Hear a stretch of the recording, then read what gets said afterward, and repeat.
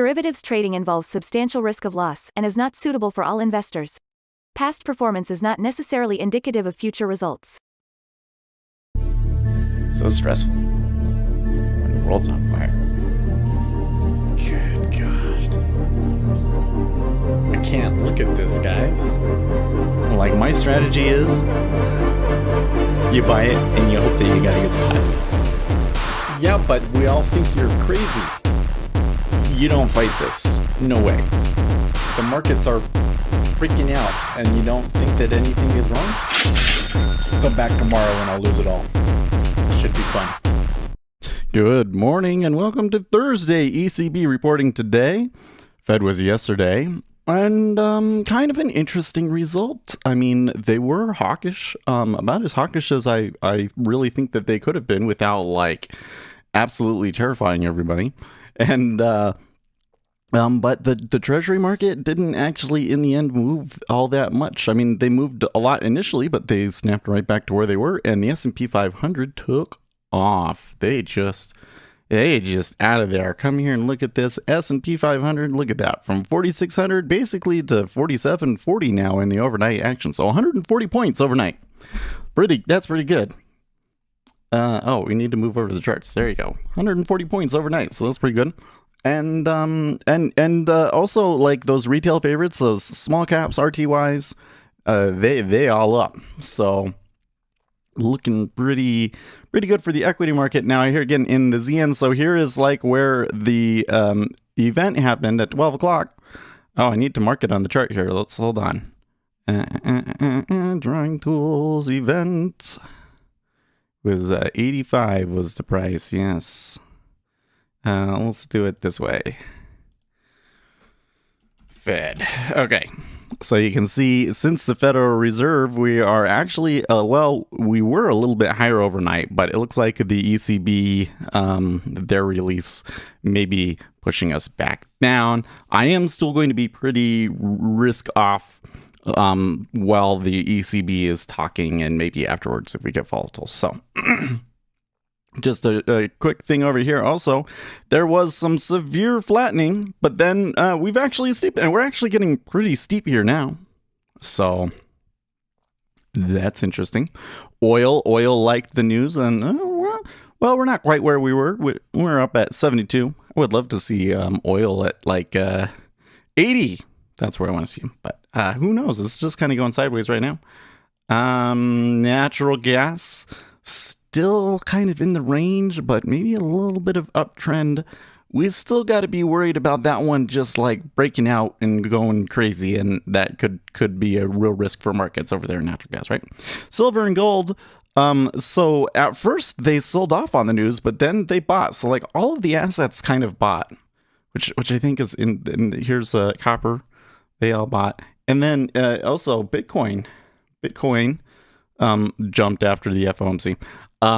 Which doesn't really make much sense to me, but hey, that's what they did. Maybe, I don't know, Bitcoin still kind of looks a little heavy there though. Yeah, there's a lot of risk on Bitcoin, right? If they decide to go down there again. Here's the dollar. So the dollar at first took off, but now since then, dollar is getting weak. So we're going to have to sort some things out. Like another thing we should point out here, the British, they kind of had a surprise in their interest rates decision, or their central bank. And so the British pound just took off, right? So we're going to have a day where I think that the currencies have a larger than usual effect that we're going to need to be aware of. And again, the ECB should be speaking here. In fact, let's go pull them up.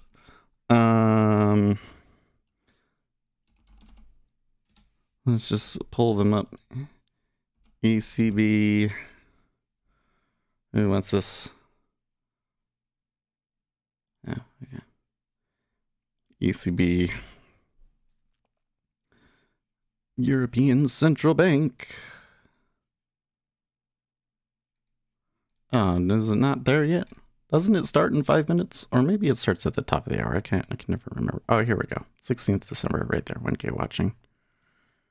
Okay, so we'll pull that out, bring it down over here. Maybe where you can see. Or we could cover up the micros, because I shouldn't be taking any trades. Let's cover up the micros to discourage me from taking a live trade. Now, note, remember I said, like, well, I built up so much profit here in my short in the Treasury, I'm just going to leave it on there and try and manage it. So now, right now, I don't think I want to do anything with it, but that's a sim trade. I'm just going to leave it on, okay? When do you propose we begin shorting the ES? Never. I don't know.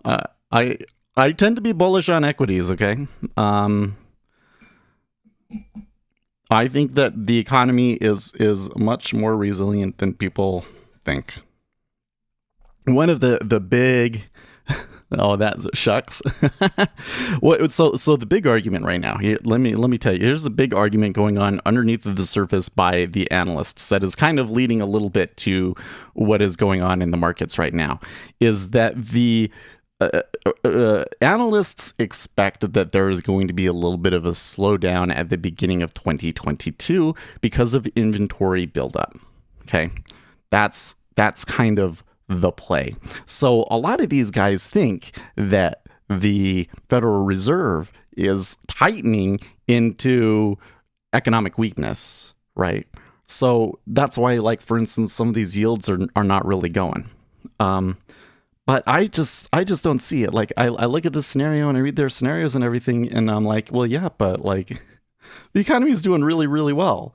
Like, that's just like a tiny little speed bump, and certainly not something that would require central bank intervention. You just kind of want to let that play out, maybe. So I don't really see a shorting the stock market, and certainly not in December. You got to be really careful about shorting the stock market in December, because December tends to be bullish. All right. Now, that said, the Europeans are also really concerned about the coronavirus. So turn her up. Let's see here. I need to. There. Can you hear her? Okay. I think that we should make a Christine Lagarde greatest hits. What do you think? I think so. Where's my notes? Louis, can you hear me?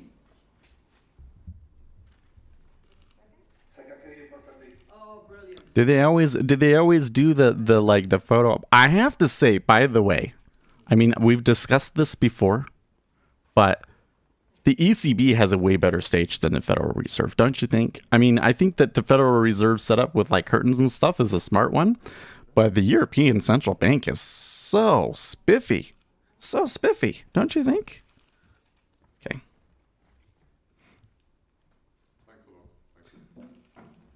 New note.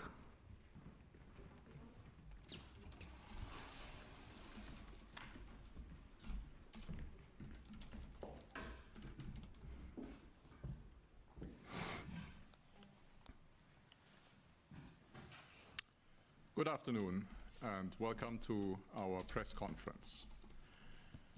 I'm joined here on stage by President Lagarde, and I'm joined via audio by Vice President de Guindos.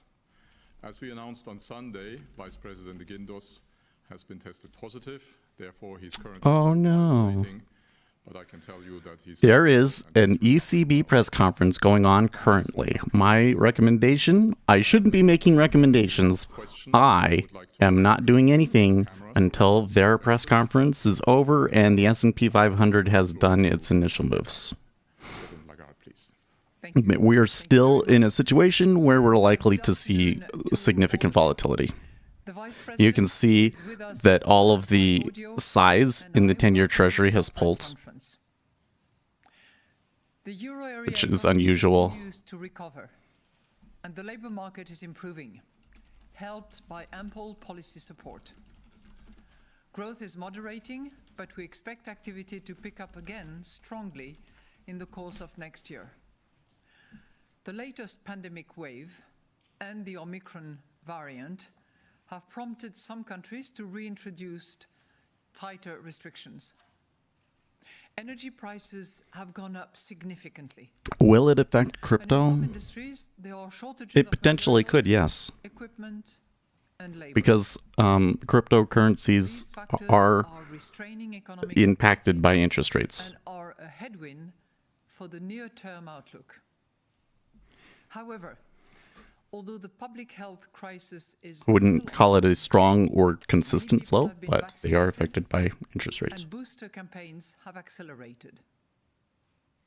Overall, society has become better at coping with the pandemic waves and resulting constraints.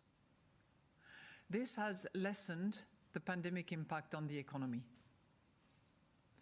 Inflation has risen sharply owing to the surge in energy prices, and also because demand is outpacing constrained supply in some sectors. Inflation is expected to remain elevated in the near term, but should ease in the course of next year.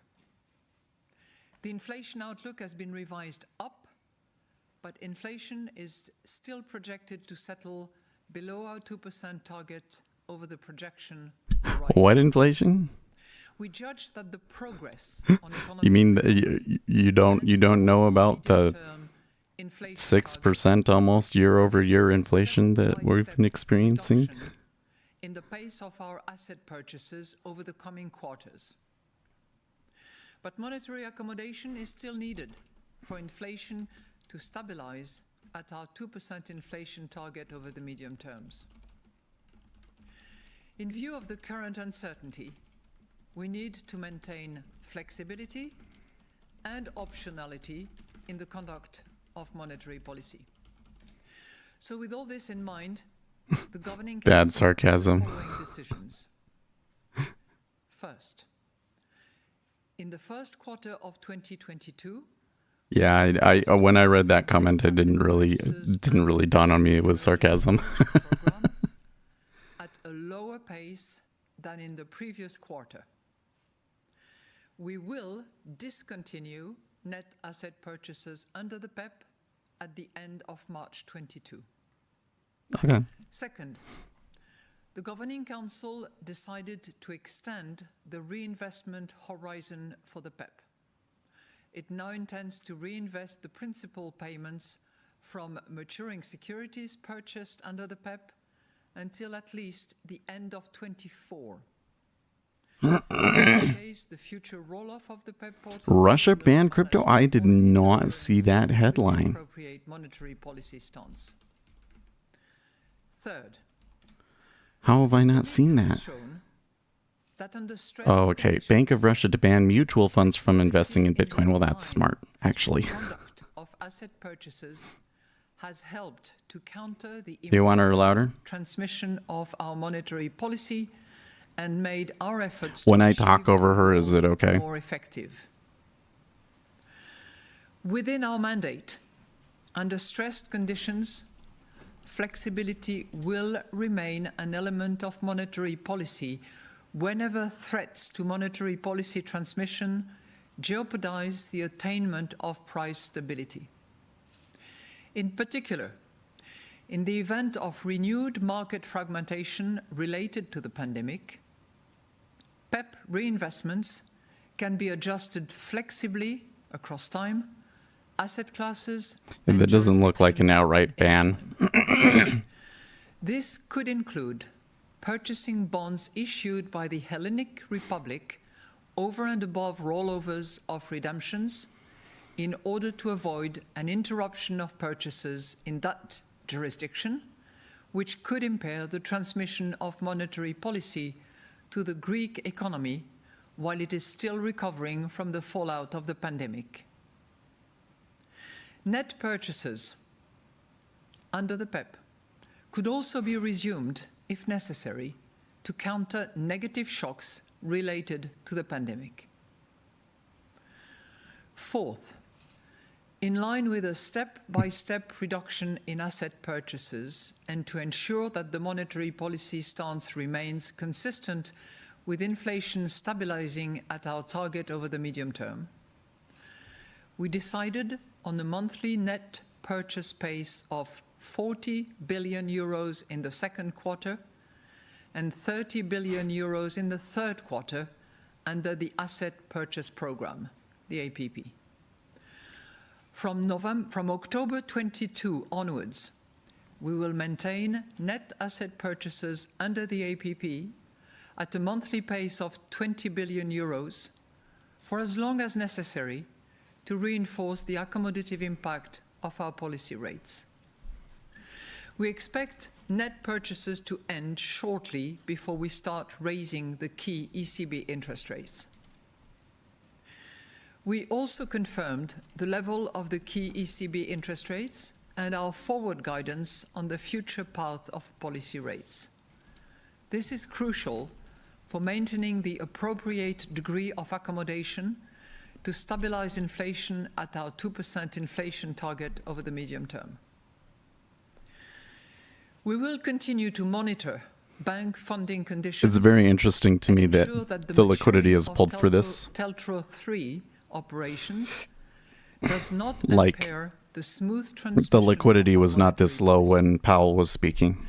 We will also regularly assess how targeted lending operations are contributing to our monetary policy stance. As announced, we expect the special conditions applicable under TLTRO III to end in June next year, 22. We will also assess the appropriate calibration of our two-tier system for reserve remuneration so that the negative interest rate policy does not limit banks' intermediation capacity in an environment of ample excess liquidity. The Governing Council stands ready to adjust all of its instruments as appropriate and in either direction to ensure that inflation stabilizes at its 2% target over the medium term. I will now outline in more detail how we see developments in the economy and inflation.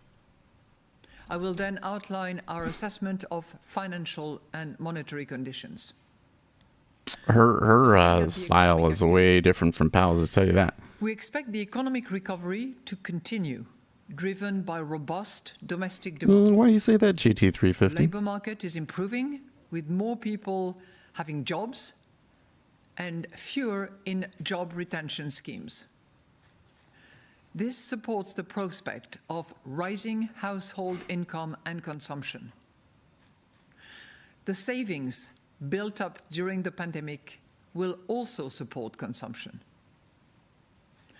The current fiscal and monetary policy support, together with a continued global recovery, should support growth. Economic activity has been moderating over the final quarter of this year, and this slower growth is likely to extend into the early part of next year. We now expect output to An exceed interesting its comment on my YouTube I think I'm going to level respond in to here. the Hold first on. quarter of 22. To cope with the current pandemic wave, some euro area countries have reintroduced tighter containment measures. This could delay the recovery, especially in travel, tourism, hospitality and entertainment.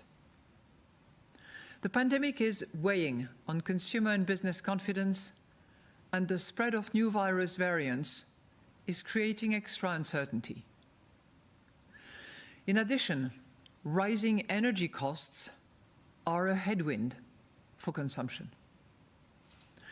Shortages of equipment, materials and labor in some sectors are hampering production of manufactured goods, causing delays in construction and slowing down the recovery in some parts of the service sector.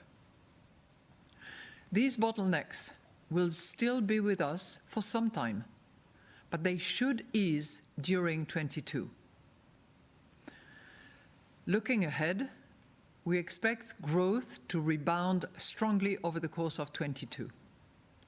Our Eurosystem staff projections foresee annual real GDP growth at 5.1% in 21, 4.2% in 22, 2.9% in 23 and 1.6% in 24. Compared with our September staff projections, the outlook has been revised down for 22 and up for 23. Targeted and growth-friendly fiscal measures should continue to complement monetary policy. This support will also help the economy adjust to the structural changes that are underway. An effective implementation of the Next Generation EU programme and the Fit for 55 package will contribute to a stronger, greener, and more even recovery across euro area countries. Let's look at inflation now. Inflation increased further to 4.9% in November. It will remain above 2% for most of 22. Inflation is expected to remain elevated in the near term, but we expect it to decline in the course of next year.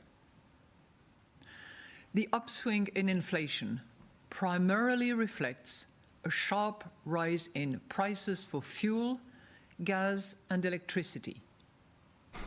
I don't know. I mean, you have a point, GT350, but I think that most of the European countries feel that they get enough benefit from the ECB that it far outweighs any kind of short-term negatives that you get in terms of not having as much control over doing your own stimulus and so forth. The prices of durable goods.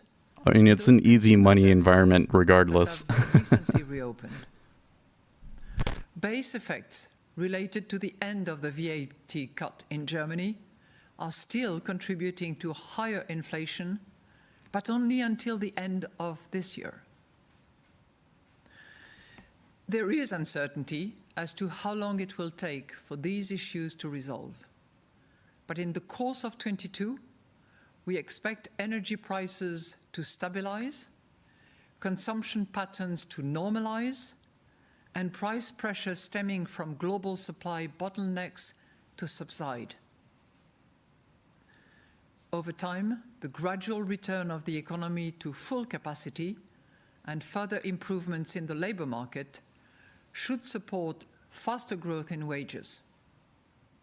Market and survey-based measures of longer-term inflation expectations have remained broadly stable since our last monetary policy meeting in October. But overall, these have moved closer to 2% in recent months. These factors will help underlying inflation to move up and bring headline inflation up to our target over the medium term.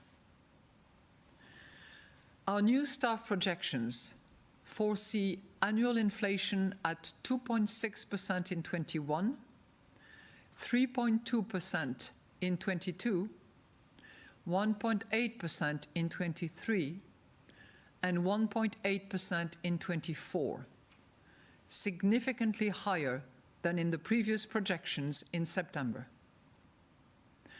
Inflation excluding food and energy is projected to average 1.4% in 21, 1.9% in 22, 1.7% in 23, and 1.8% in 24, also higher than in the September projections. Turning to risk assessment now. We see the risks to the economic outlook as broadly balanced. Economic activity could outperform our expectations if consumers become more confident and save less than expected. By contrast, the recent worsening of the pandemic, including the spread of new variants, could be a more persistent drag on growth. What is she wearing around her neck? It is a scarf. Of energy prices. That's her thing, man. She looks great in scarves, don't you think? Are risks to Maybe the she's recovery hiding something. and to the outlook for inflation. If price pressures feed through into higher than anticipated wage rises, or the economy returns more quickly to full capacity, inflation could turn out to be higher. So looking at financial and monetary conditions now. I mean, here's the thing. Market interest When rates she's not wearing have her remained scarf, broadly stable she's got a long since neck, the right? October Governing Council So meeting. she looks really good with Lending the rates scarf, for firms and or households like remain a at historically long low levels. neck, essentially. Overall, financing Right. conditions for the economy It's just remain favorable. she's got style, yo. Lending to firms is partly driven by short-term funding That's needs the whole thing stemming about from if you want to think supply about banks that increase their what is expenses Christine for Lagarde inventory like, and working capital. what can we dive into her personality that might same potentially time, help us in our corporate trading, demand it's for that loans she is good remains at the moderate public relations because part. of She's a retained good earnings speaker. She and looks generous good. cash holdings, She as well as high understands debt. dealing with the media way more than a Lending central to banker should. households But she remains doesn't robust, understand as much, and I'm not driven saying by that she's demand for incompetent about mortgages. it, but she does not understand as much Euro about the area banks economics. have further strengthened their balance sheets thanks to higher capital ratios. No, it's just a and red fewer scarf. non-performing loans. Banks are now as profitable as they were before the pandemic. Bank funding conditions remained favorable overall. In line with our new monetary policy strategy, She was with the IMF too. the Governing Council assesses in depth the A lot of people have interrelation criticized between her monetary for policy not and understanding financial key economic And a concepts accommodative during the monetary press policy conferences. underpins growth, which supports the balance sheets of companies ES and is financial falling? institutions, Yeah, it is. as well as preventing wouldn't consider it risks of significant so market far, but fragmentation. At the same time, the impact of our accommodative monetary policy on property markets and financial markets warrants close monitoring as a number of medium-term vulnerabilities Treasuries have been are identified. oscillating across a pretty Still, wide range here with macroprudential such policy low remains liquidity. the first line of defense in preserving financial stability and addressing medium-term don't know. vulnerabilities.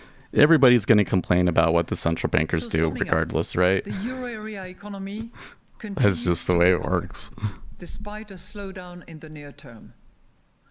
The sharp increase in energy prices and demand outpacing constrained supply in some sectors are pushing up inflation. Do you think we'll take a new all-time high in the Inflation will ES? remain above our target for most of 22, but is likely to ease in the I course think of that next I year. am very uncertain about same what the time, markets are going to given the do progress on until economic next recovery week, and towards because our we got medium-term that inflation options target, expiration. we can The options discontinue expiration net might keep us purchases pegged to under the Fed in 4,700. March.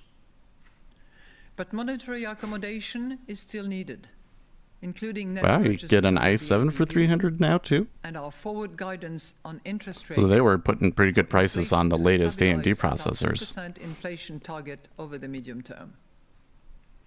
We are now ready to take your questions. Thank you. Thank you, President Lagarde. And today the first question goes to Johanna Treek of Politico. Johanna, over to you, please. They go to Politico much. Can first? you hear me? What? Yes. Thank you. Thank you very much. President Lagarde, the plan that you just laid out in terms of asset purchases That's really weird. implies no interest rate hike until 2023. But given the high uncertainty surrounding the forecast at the moment, how can you feel confident to commit for such a long period? If you look at the policy meeting last year, December's meeting last year, you projected inflation to average 1% this year, and now it's going to be more than twice that. My second question is on the emergence of Omicron. To what extent has that been reflected in the new staff projections? And how do you expect the emergence of the new variant to impact inflation? Thank you very much. Well, thank you very much for your question. You actually identified one factor, which is uncertainty. And we certainly spent a large amount of our time during the Governing Council meeting addressing the issue of uncertainty in the face of what I have described for you as a strong recovery. So you have on the one hand a strong recovery with unemployment going as ever down as we have seen, 7.3% at the moment. Our projection for unemployment is 6.6% at the end of 24, number that we have never had. We also have inflation that is moving towards More cores doesn't necessarily make a machine faster, but if you're doing backtest, it gets really we useful. have the uncertainty of Omicron. With the kind of applications that we use, they are almost all multi-core and can take advantage of it. That is affecting some of the European countries more than others, and some have taken measures. And we also, and Omicron is clearly in development and yet to be assessed in terms of economic impact as well as impact on inflation. I'll come back to that in a second. And we have an added uncertainty which has to do with the two items which have really fueled the increase in our inflation projection for 22 in particular, which is the price of energy and the constraint between a strong demand on the one hand and constrained supply, particularly in some sectors such as production of goods, notably automotive, which comes to mind naturally. So we have that contrasted situation of strong recovery, reduced unemployment, inflation moving towards our target, and on the other hand, the uncertainty related and resulting from pandemic and evolution, as well as the uncertainty around energy prices and the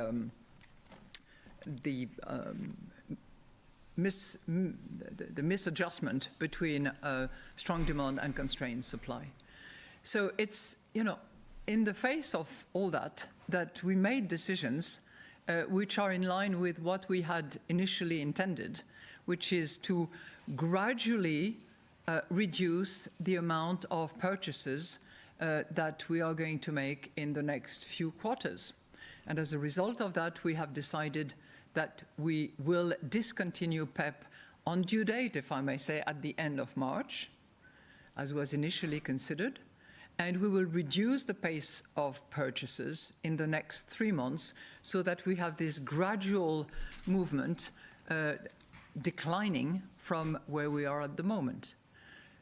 We did not want Wow, Jigsaw Trading has a link here. Get a free Top Step Combine valid until 17th of December. Need to continue this progress towards our target and arrive at target, which we are not at yet at this point, which is the reason why we decided to increase the volume of purchases under the APP. I'll give you guys the link for that. To increase it with a decline over the course of the first of quarter 2, quarter 3, quarter 4. Now we're not making any specific commitment. If you read carefully our statement, we land at 20 billion euros in October, and we keep it opened, and we will maintain it at 20 billion euros until such time when we arrive at our target, which is that 2% over the medium term. Now, I don't know why, but for some reason I'm feeling a little tense. Don't have any trades on or anything. And as much Maybe it's just having the liquidity so low for so long. It's getting to me. We've decided to extend the reinvestment period, at least by 1 year. And we've also, as I said, in relation to... Wow, Eurex is now a sponsor of the Norden method? Wow. We are driven by data. And we will be reviewing next March, next June, next September, as we receive updated projections, we will reassess. And as it says very clearly in the statement as well, we will adjust in either Can you show a direction scalp trade in ES Live? We could take a trade in ES. But suffice at this point... I'm not very good at it. Under the present circumstances... To be honest, like a scalp as I have said before, in ES is kind of like... It's unlikely that we will raise interest rates. It's kind of a crapshoot. In the year 2022. That still stands. But we have to be very attentive to what data tells us. And we will do so at each and every monetary policy meeting, and even more so when we get regular projections that are either ECB only or ECB and all national central bank projections. Now, to come back to your question about the impact of Omicron, again, we are venturing in the realm of uncertainty, and it will have impact. But in the first place, we should acknowledge that our economies have become more resilient, stronger, and are more capable of adjusting wave after wave after wave and variant after variant.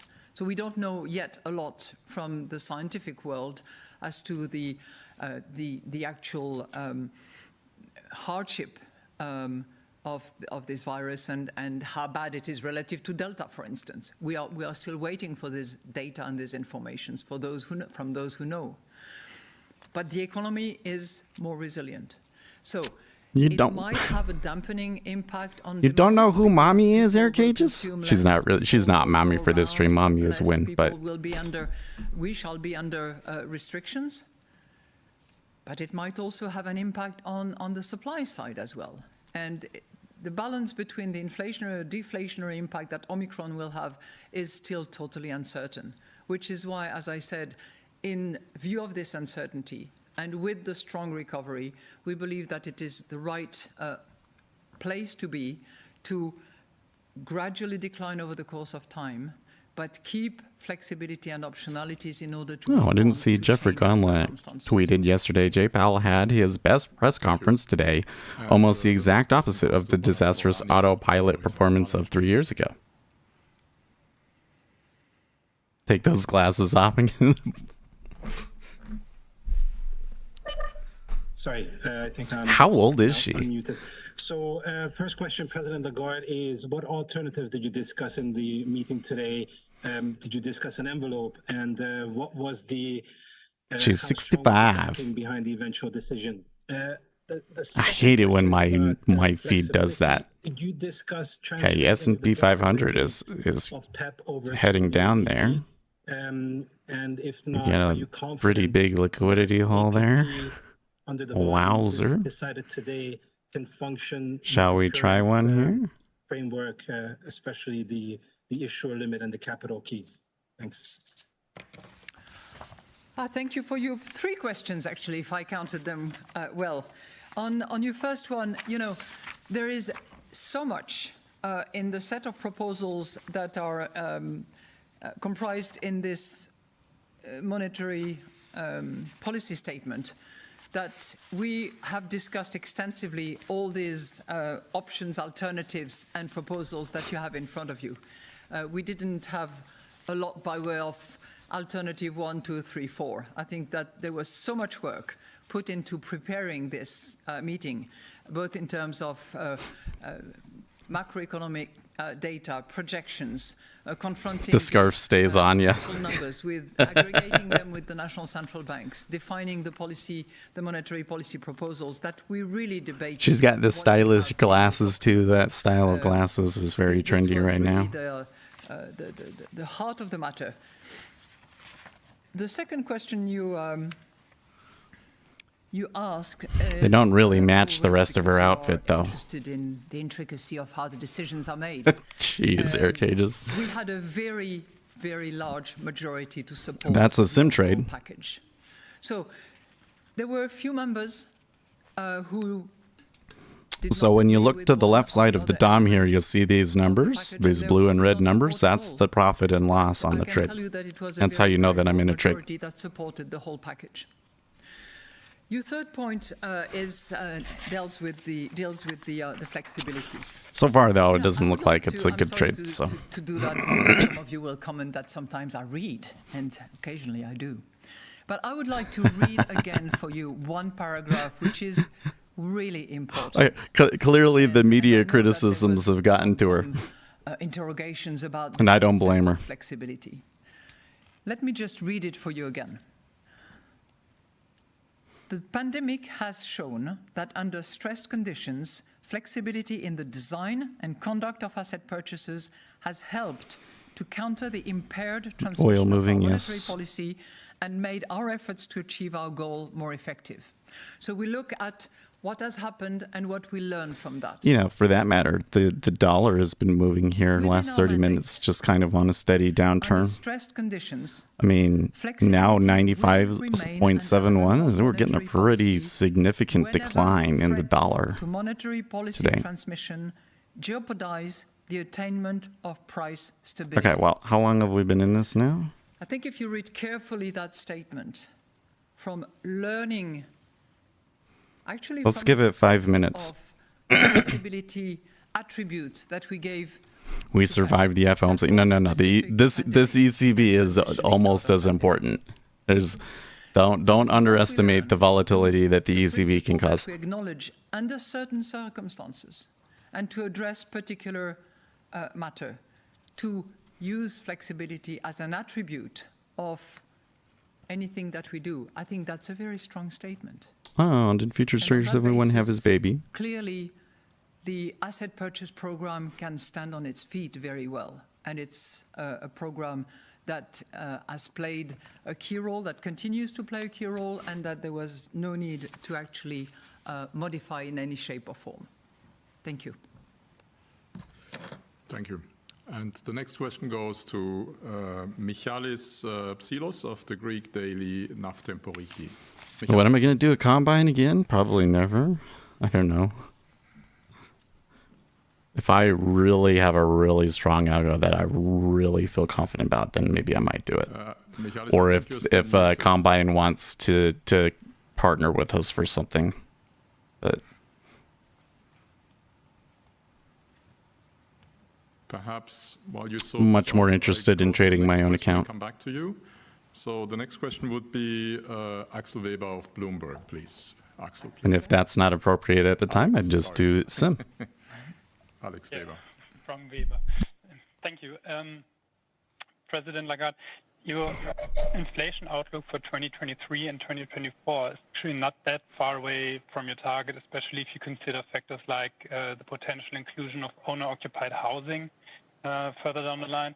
So how do you see the upside risks to the medium-term forecast, and how will you react if those risks materialize? And then on the PEPP, you said that net purchases can be resumed if needed. You'd never be with Top Step. Officially announced or just done? I feel that Top Step is run a little bit better than the other ones, but they're all gonna have their problems. Let's crowdfund. Why? If you guys did some crowdfunding for me, why would I put it into a combine? I saw him actually on screen for a second, so maybe he will be. I guess we could try doing a YOLO trade. You know, we get one of those situations where we get a good runner in ES and we just size it up and make tons. Pass the combine. But then I have to pay the professional fee. Like I don't really want to do that. We are like I'm really more interested in trading my own account. At target, given that our target is 2% over the medium term? No. If you want to do something to help me out, watch the videos, leave comments and like them, and, share the links. Sometimes there's threads on Reddit or forums like what's your favorite YouTube and stuff, and leave a link for us there. Build the channel up so that we have enough residual income coming in from the channel to hire an editor. Or a manager of some sort. As you know, looking very, very carefully into wages, into negotiations to determine how much of her second. What if the U.S. changed to a VAT tax? I don't know. I'm not sophisticated enough to analyze that.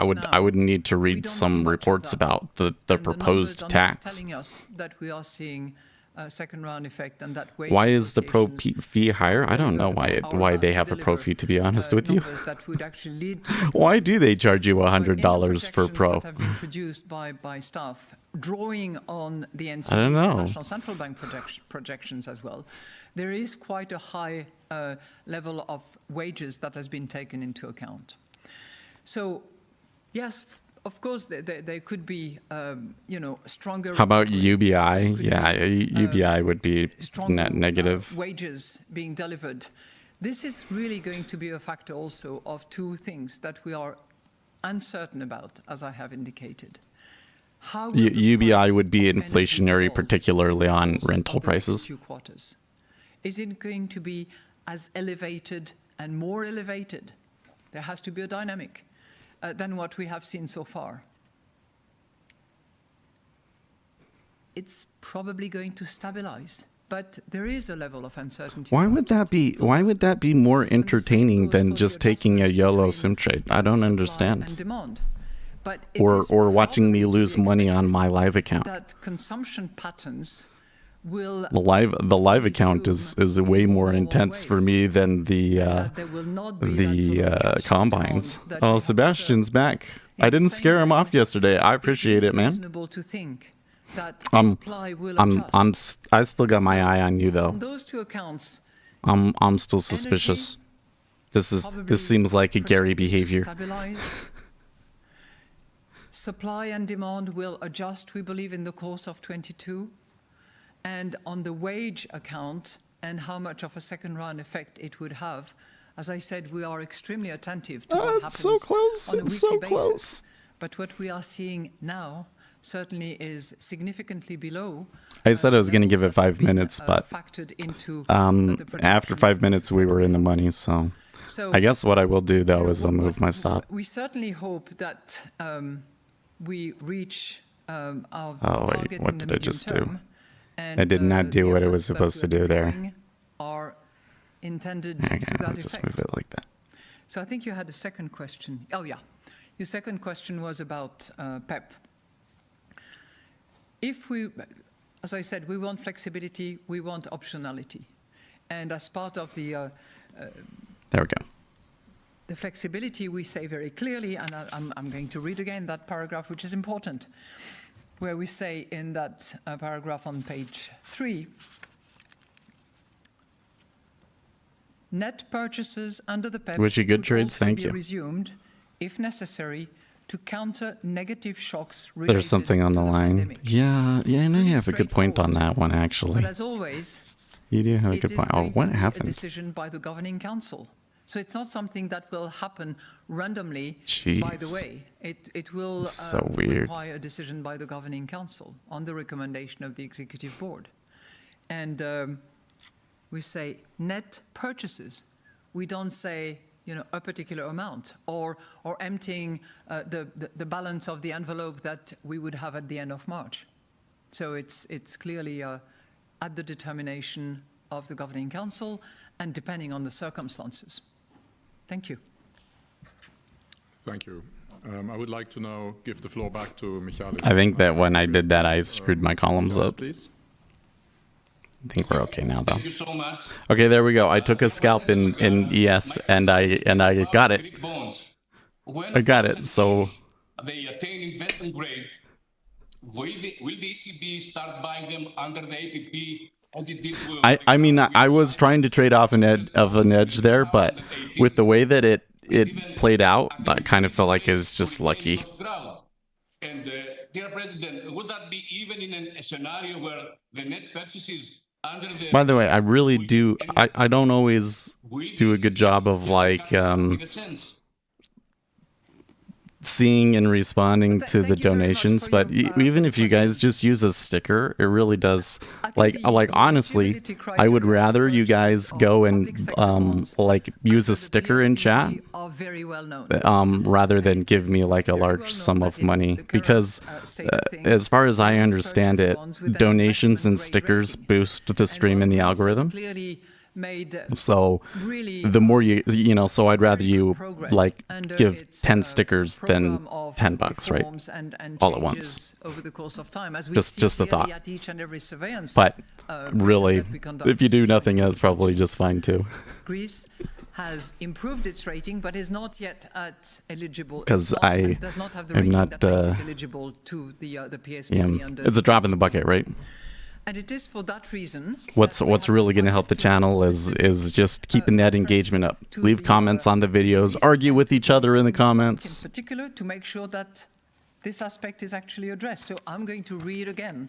It is really, it's an important paragraph, actually. When you get like when we a say- conversation going in those comments, and that's when we say- YouTube we really state picks the them general up. principle of reinvestment. So we say, in particular, in There the you event go. of renewed market Thanks, fragmentation Sebastian. related to the pandemic, PEP reinvestments can be adjusted flexibly across time. How long do you asset do classes, trading? and jurisdictions. I think you're asking how long have I been And trading then we have for? this special I've been watching markets since sentence that raised 2008, but I've been This doing could the futures include trading in the stream purchasing for bonds 4 or issued 5 by years. The Hellenic Republic over and above rollovers of redemptions in order to avoid an interruption of purchases in that direction, which could impair the transmission of monetary policy to the Greek economy while it is still recovering from the fallout of the pandemic. So that's Do we a eventually really completely strong automate and go signal, robot workers if that it's and really the UBI case seem that there is a necessary? country-specific clause to that I know effect, it seems like that, but particular I don't clause think that was it's very going to work strongly out that way. supported, in the Governing Council. Thank you. The next question goes to Martin Arnold of the Financial Times. Martin, please. When we're done with I'll talk about that. I can go on a big long rant about that after the press conference. Hello. President Lagarde, can you hear me? Yes. Fantastic. Can you just elucidate a bit further the conditions under which the PEP could be restarted? It's to do with the economic impact of the pandemic? Is it to do with the impact on inflation of the pandemic? Is it to do with the state of the health crisis? And my second question is, you've said that growth is slowing in the final months of this year and is likely to be That trade in the ES, considering how much risk I took and how small of a trade it was and how long it took, it really wasn't the best trade, was it? Your target. So why are you planning to quite sharply reduce the pace of asset purchases? Thank you. Thank you. Thank you very much for your question. Let me just remind you how we are planning on using PEP after we have discontinued net asset purchases under PEP. And it's an instrument of which we want to use the reinvestment period as well as the flexibility, obviously within the parameter of the circumstances and the causality that created the pandemic emergency purchase program. So it was pandemic related. And we are planning on using it in 2 different ways.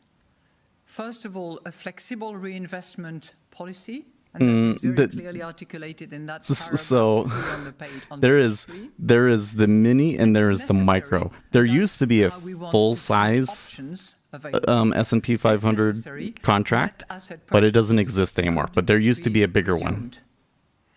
And that is also clearly indicated, as it says, to counter negative Volatility is shocks so much now related that to the they only pandemic. use minis. So it is, if you will, pandemic specific in its The only difference between them is the tick size. and its So the micro is implementation. 1/10 the Now, risk, pandemic basically. obviously include a moment of transition out of the pandemic, which is clearly covered under that particular section. $50 a point in Let's the not forget mini and that we $5 a also point in the micro. provide for a So in that one-year one, I took extension 4 of the points, and that reinvestment gave me of $20 PEP, bucks. 1 year at least.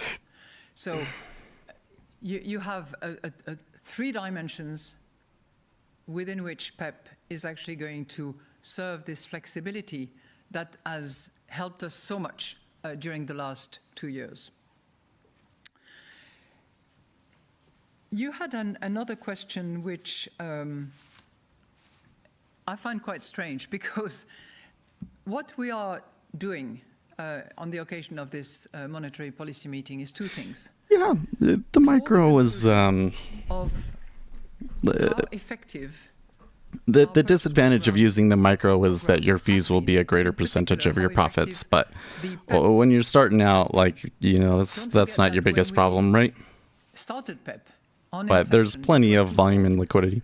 Quite frankly, Make sure that here in the 10-year. I mean, there's a spread there sometimes in the 10-year micros, but I say there's plenty of liquidity to do what you want to do over there too. Now in the 5 and the 30, it gets a little bit more difficult, but or served its purpose and fulfilled its mission. Fragmentation has been largely reduced, and in terms of stance, when we look at where we wanted to get to, which was the pre-pandemic, and they have a spread that's basically $5. That's really irritating time passing and for something where a good trade might only give you $10 to $20. So as a result of that, we decide to discontinue PEP. We decide to reduce the pace of purchase. But of course, 1.8 is not 2. And we want to get to that medium-term target of ours of 2%, in line with our forward guidance. So we keep the APP, not at 20, but at 40 in order to avoid a brutal transition. And because we need to get to our medium-term 2%. So I don't see the contradiction that you identify.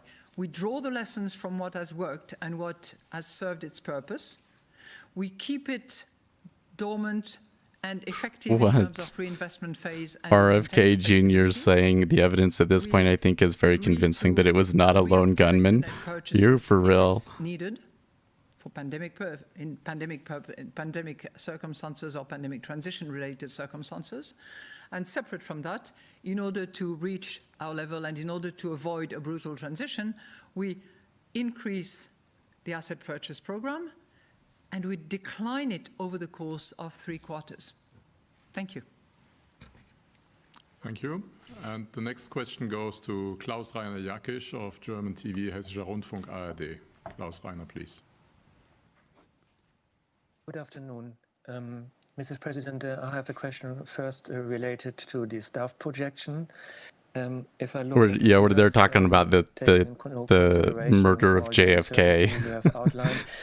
Apparently, his nephew or whatever doesn't believe that it was a lone gunman. As the figures given only 3 months ago, aren't you concerned that the population loses some confidence in these projections if the gap is as high as in this situation?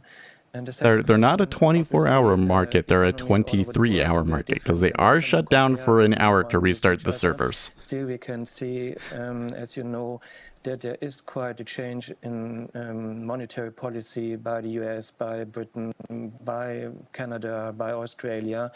And the ECB seems just to stick to the approach also for the full next year. And the way this guy talks is kind of difficult for me to follow. Over the medium term. And if I may, please, it's like a mumbling run-on sentence. To the Vice President. Thank you very much. That is so kind of you. Thank you. And I'm sure that... I've watched a couple of documentaries about this where they kind of go through all the conspiracy theories and show that the official government findings are quite likely, even with the better evidence that we have today. Higher than what we had back in September. But if you look at what is behind this increase, we were at 1.7, we are at 3.2. It's a significant increase, no question about it.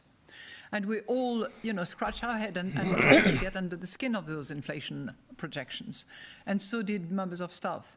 It's work that is done not just by the ECB, it's all the national central banks of the Eurosystem, the Bundesbank, the Banque de France, Banca d'Italia, the Netherlands Bank, all of them contribute their numbers. And it's the aggregation of those numbers that results into those projections.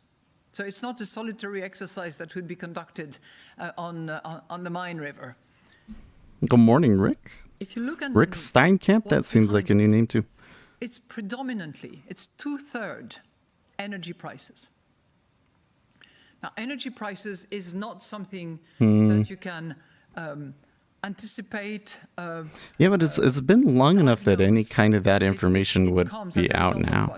Although there was that whole thing about Donald Trump tried to declassify some stuff and they didn't let it out. Really gotta wonder about that one. Result of a very significant demand. But I think that has more to do with revealing tradecraft than it does anything else. It comes from some climate-related issues as well, where because of low, I'm sorry to go into Does the this opening of the Nikkei issues, but because of 225 low bring winds liquidity in those ES? areas that produce the wind energy, I've never been able to notice a difference in liquidity, but it does definitely move a little bit more during those times, yes. that had been stored by some countries that use a lot of it, like China, because they had a very cold winter. When each of those exchanges open, if you're going to trade overnight, you should make note of when each of those exchanges open and close and stuff. And face a relatively constrained supply. So, as I said, energy is more than 2/3 of this very significant difference between our September projections and our December projections. The other part of it, and I'm talking here about the delta between previous projections of September and the projections we have now. The other part is essentially related to the longer duration of the supply bottlenecks, which is the confrontation of catch-up demand on the one hand and constrained supply on the other one. That we had assumed, as many economists had, we had assumed that it would not last as long as it did. Now, as I said, we tried to really dig into it. We not only look at models, we not only look at... What's the biggest exchange? It's the London exchange. But we also contact entrepreneurs, SMEs, large account, corporates at all levels and in all sectors to ask them to say, okay, how are you doing on your supply, on the supply front? What is the length of delivery that is now asked from you? And what we are seeing, by the way, is just the beginning of shorter, not a lot, but slightly shorter delivery delay, which might be an indication that we are getting towards a resumption of this, a reduction of this supply bottlenecks impact. I'm very hesitant to sort of take too much learning from that because it's as I said, it's one of the factors that is highly uncertain.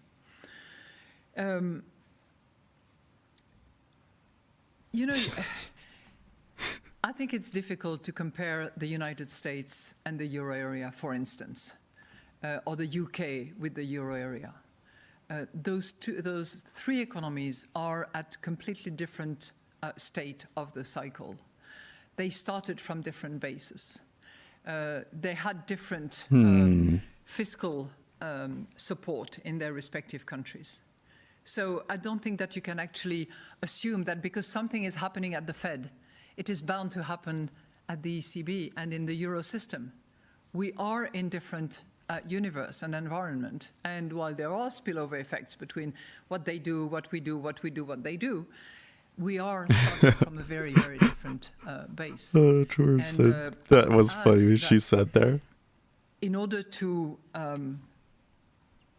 deploy our monetary policy effectively, we have a forward guidance that is pretty clear and that indicates when we have reached our target, under what criteria. Forward guidance is sufficient progress now, target well ahead of the end of the projection horizon. That's going in Christine Lagarde's greatest hits tribute video. We also have forward guidance when it comes to when we start rising interest rates, and that is clearly shortly before we finish purchasing assets. So that gives a clear indication of where we are positioning ourselves and what will trigger a move in that respect. But, inflation is very hard on consumers. Is very hard on those who are purchasing and sometimes at much higher prices than what they were buying 3 months ago, because there is a trail between the commodity prices, the oil, the energy prices in general, and retail prices, and we have to respond, and we are responding at the moment in that gradual way, supporting though the journey that we make towards target. Now, my dear friend Louis, if you want to maybe add your good wishes, we need to hear your voice. It would be so nice. Thank you very much, President. Thank you very much for your wishes. What I have to say is that I feel well. My symptoms were very mild. I am improving, and I am experiencing in myself how important it is to be vaccinated in order to deal with this virus. So that's the only thing that I can say. And simultaneously, that I was able to join the meetings of this week that have been extremely interesting. Thank you very much. Jigsaw doesn't. I don't think that there's any official support for cryptocurrencies. You might be able to get something to work through, like, well, you can do the CME futures, Good but. afternoon, and thank you for the opportunity. President Lagarde, I have two questions, and the first one is on TLTRO 3. If you can give us an idea of how the discussion went, as it is an important instrument, but the big changes have come on PEP and APP. And What are you saying, Vincenzo? To know if you, for example, discussed an extension. I think Trading Technologies does have some crypto stuff. Yeah. Go back to PEP. Only two. What I was saying though is that, like, it's more complicated than that. The amount that Bitcoin can move is so fast that you can't really do a DOM where each level is a tick. You need to be able to aggregate the levels together. Well, thank you very much. And, on TLTRO, as you know, it has provided ample liquidity at very attractive rates. And it has really been an incentives for banks to continue lending. And in the well, that's what we're here for. So I'm glad that we found it useful. They are always indicating that TLTRO and TLTRO special conditions have been very effective in supporting the financing of the economies at enterprise and household levels. Yeah, Jigsaw has a footprint chart. As planned, and given the financing conditions that are available, we currently expect that the special conditions applicable under TLTRO 3 will end in June 2022. And this is really based on the currently favorable assessment of banks' funding and liquidity conditions and the smooth banks-based transmission of our monetary policy. Now, this does not mean that the support transmitted through the TLTRO 3 will end, because so the ECB is going a little bit over here. Attractive TLTRO 3 conditions. The first operation, if you remember, will only mature in September of 22. And the final one will mature in December 24. So banks are going to continue to benefit from those attractive conditions unless they decide to elect for an early repayment. But otherwise, it will continue to be available. And we will remain very attentive and we will monitor very carefully those favorable financing. E-Mini's not really giving us a very clear direction on the open yet. Monetary policy is transmitted properly throughout the banking system. On the, you had another one that had to do with PEP reinvestment in 2024. Oh yeah. Well, if you look at this section concerning PEP, we say extend the reinvestment by at least 1 year until 24. And this has been considered as appropriate under current circumstances in order to gain flexibility and in order to attain our 2% target over the medium term. So this is, as I said, at least until 2024. We don't see a need to provide for something longer at this point in time. But as I said, flexibility optionalities are on the table because we need to be attentive to the situation that is plagued with uncertainty, but that is a strong recovery with those good numbers that we are seeing on growth, that we're seeing on employment, and that we are seeing by the account of our targets on the inflation front. With that, I would like to wish all of you a happy holiday, Merry Christmas for those who celebrate Christmas, and we look forward to seeing you again in the new year. And in the meantime, as is often said, but I mean, in the meantime, stay profitable, friends. Proximity of what COVID can do. Stay safe, be attentive to your loved ones, and make sure that you stay away from this nasty COVID and various variants. Thank you. Okay. I'm kind of happy to have them out of my ears, to be honest.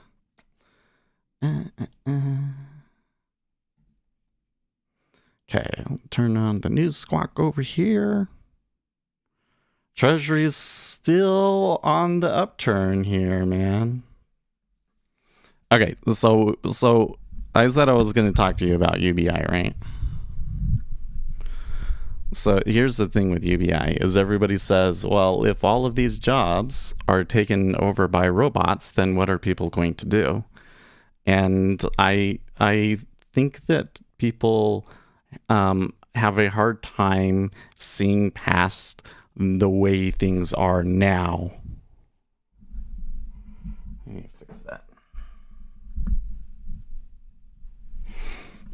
So the way that things are now, it's like you have to work a lot to be able to have, a house, and especially if you're like on the lower end of the scale, right? The amount that some manual laborers work just to basically live is just absolutely totally crazy, right?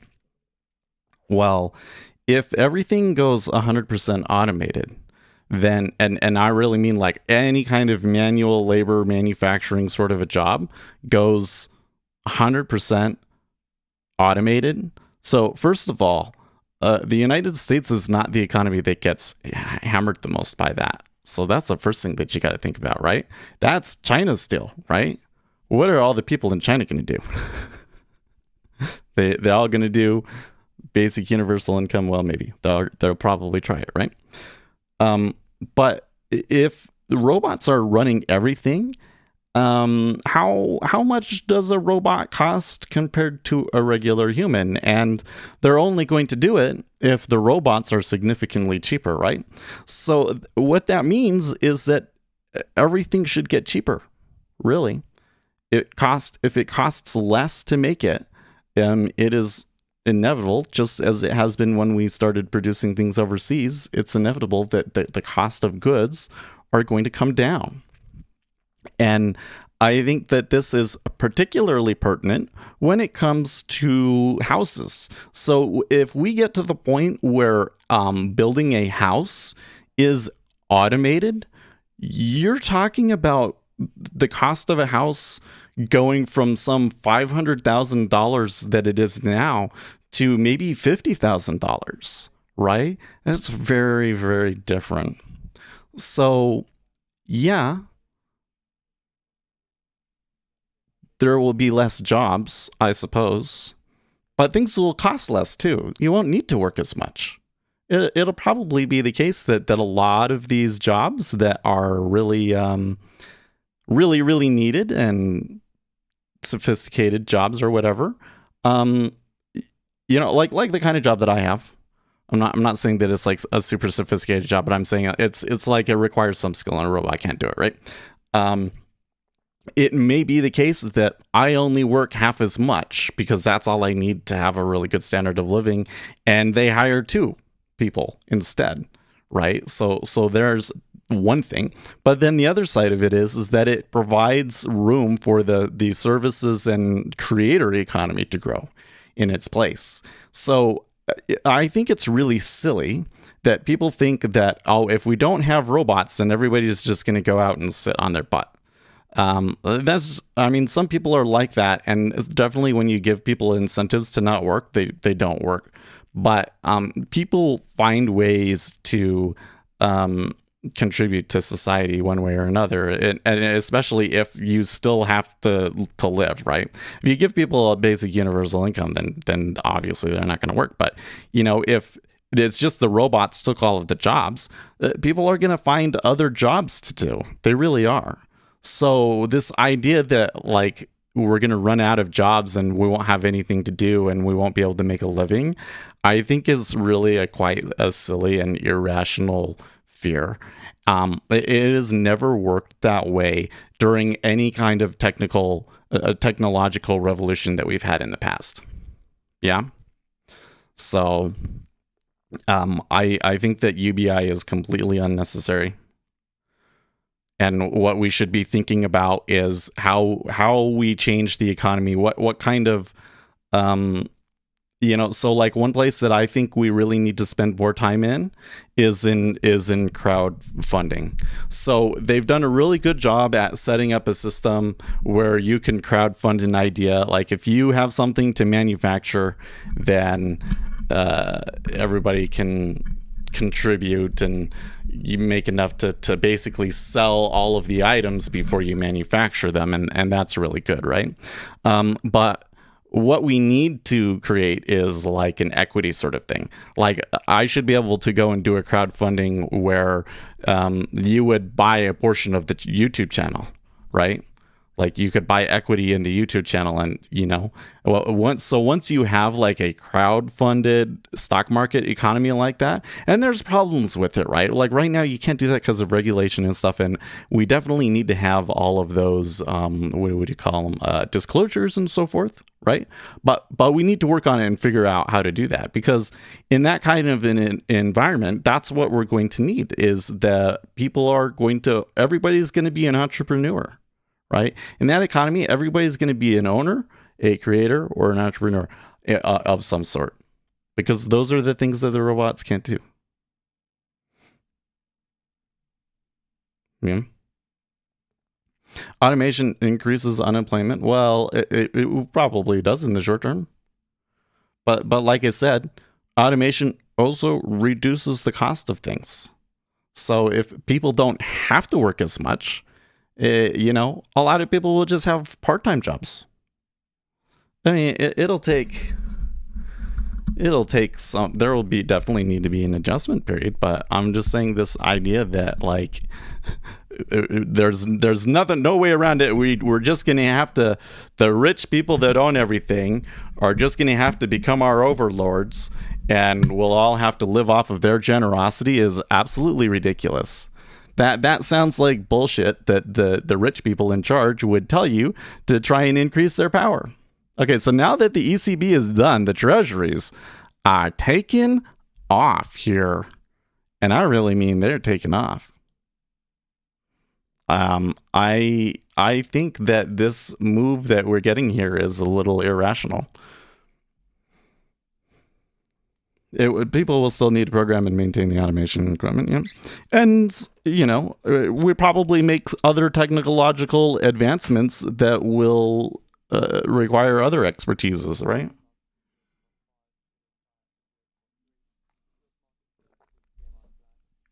I am a software developer.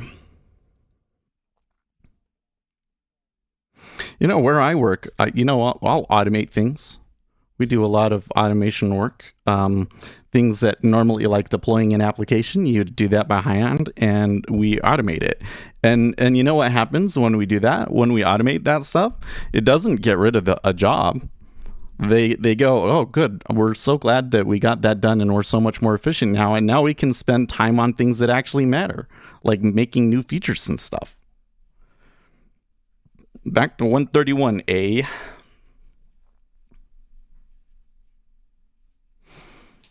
So we should be careful here, but I think that at some point there's a pretty high probability that this move in the Treasury reverses.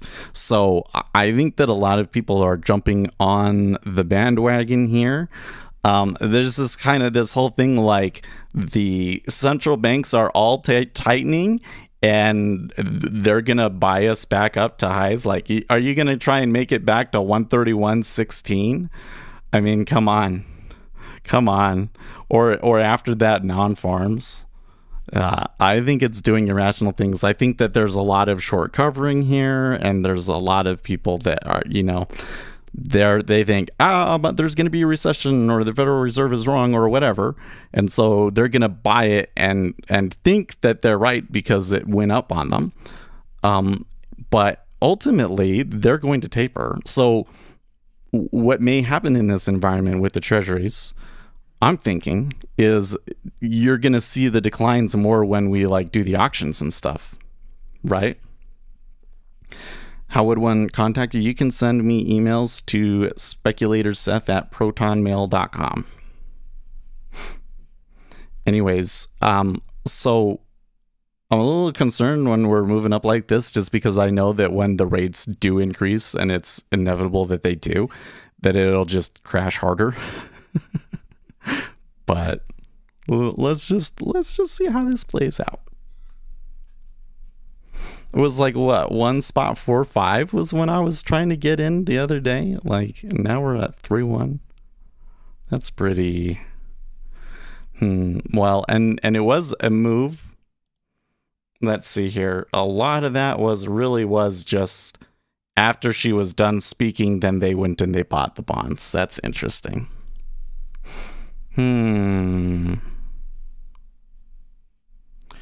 Xixin says, I have retired in my new role as Global Times special commentator. I will continue to speak on Twitter. I know that many Western people don't like you. Yeah, I don't like you. But after all, I am one of the leading influencers in China's public opinion sector. One should hear opinions from both sides. Well, that's why I follow you, Hu Xixin, but you say a lot of stupid shit. Oh, man. Okay, so we covered the basic universal income thing. What, there was something else you guys wanted to talk about, wasn't it? Wasn't there? Yeah, I'm telling you, UVI is not going to happen. It's not a viable economic system, and it's probably not going to be necessary. Like, again, I'm telling you, what's going to happen is everything is just going to become cheaper, and you're just not going to have to work as much. Like think about that for a second. If a house only costs $50,000 to make, if that, right? This world that we live in, like, we can't think about the things being different, because in our world, you want to buy a house. The American dream is you get a loan, you buy a house, and then you pay that loan out over the course of 30 years. Okay. But what if the house was 1/10 the cost, and it was something that a lot of people make more money in a year, more than enough money in a year to pay off? It's a different world then at that point, isn't it? It's completely different. Less people burdened by debt. You're not going to have to work as much, and you'll probably be happy working part-time. So you can have a lot of people still employed, just not employed full-time, because they don't need to be. You don't need a UBI in that case. Like, it actually kind of makes unemployment like not as big of a deal. There will be more people that will just retire early. Like, why work until you're 65 in that environment? No reason to work until 65 in that environment. People will retire early. They'll spend more time with their families. It's going to be a great thing, I promise. It's going to be a great thing.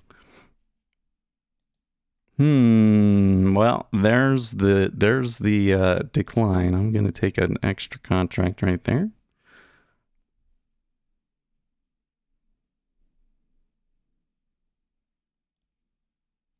Now, I think we do have some news coming up here at the top of the hour, right? Oh, we just had the PMIs, right? Okay, so U.S. Market Services Flash PMI 57.5 versus an expected 58.8. Hold on a second. Let me pull up a better way of looking at this. Okay,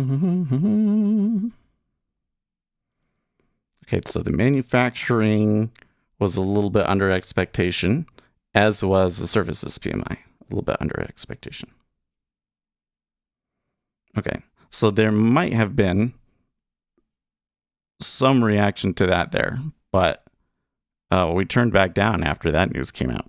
And then we don't actually have anything after that. FOMC member Waller speaks later today, I guess. Okay.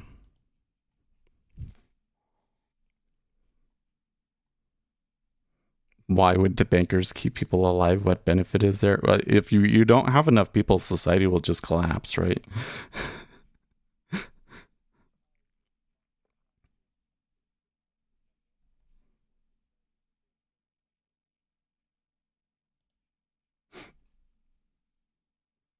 You held on to your oil plays? They're doing okay in oil.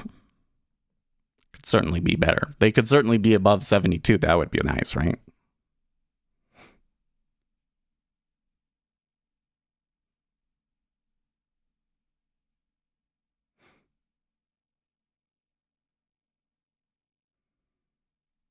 Okay, well, my fill there, that last order, was pretty darn good, if I don't say so myself.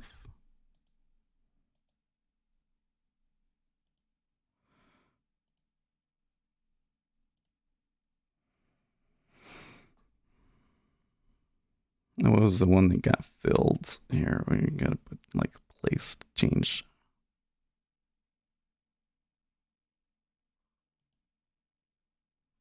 Okay.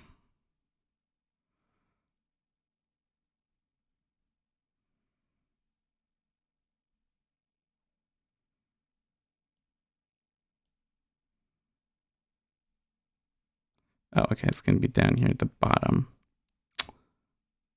So it was 295. Okay.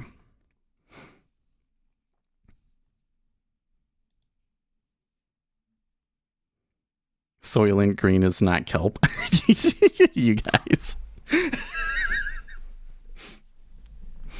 I'm just marinate on that one over the weekend.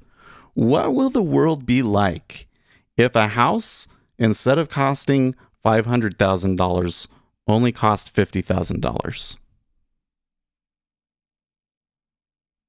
Think about how different of a world that's going to be. And it's going to happen in our lifetimes, probably.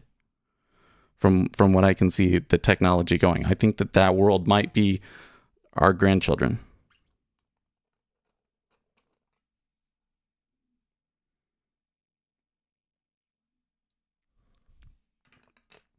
I think that people will still prefer the nice houses that we have that were hand built.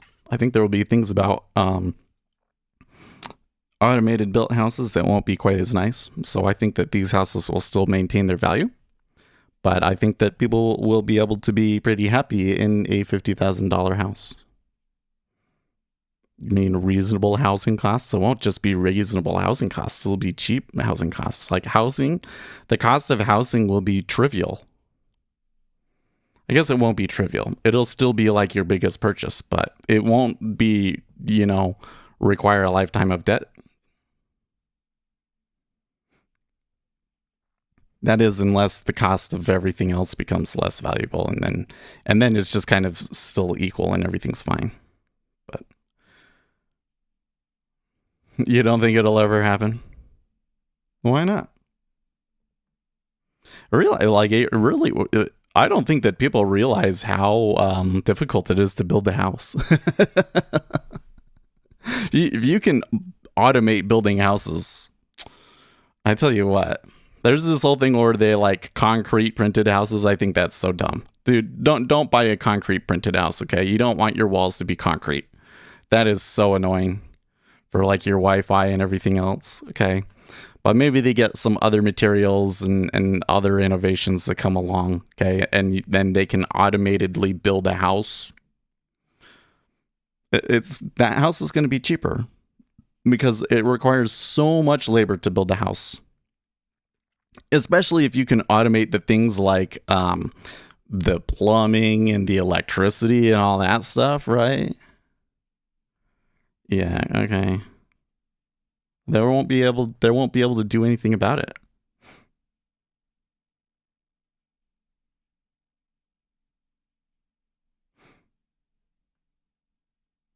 They can try and prevent that kind of technology from happening, but once it happens and people are building it, it will become a popular thing. And yeah, it's going to be a problem for banks. Banks will have to evolve too, huh? Well, that's why I was saying we need to build an economy where it is easier to sell equity in a venture. I think that it needs to be easier to sell equity in a venture. You've got to be really careful with that because people need to have all these disclosures and know what they're investing in. But I would really like to see online websites like Crowdfund where you're selling equity instead of a product.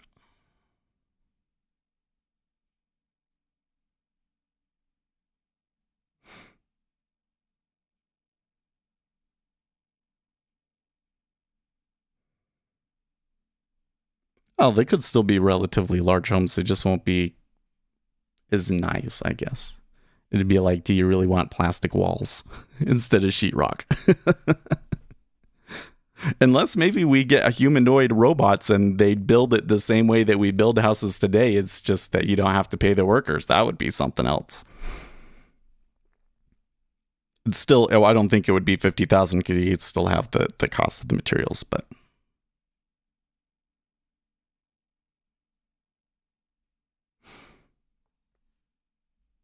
So, the S&P 500 is behaving pretty interesting here since Lagarde start. Well, and let's say since the PMIs came out too. So now it's like all of the news and events are like through, and the trades are coming out and the markets are doing all sorts of crazy things. No reason you can't put sheetrock over concrete. No. The problem with a concrete printed house is that like your cell phone won't work inside of it. Okay. Right? Concrete blocks electromagnetic radiation really well. So you probably would not want a house with concrete walls, even if it was sheetrock over the concrete. You're not going to enjoy that house.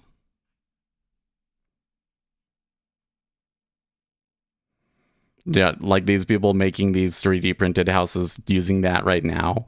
Like what's going to happen is a few rich people are going to do it and think it's all cool, but then they're going to like, oh, this house isn't actually that great.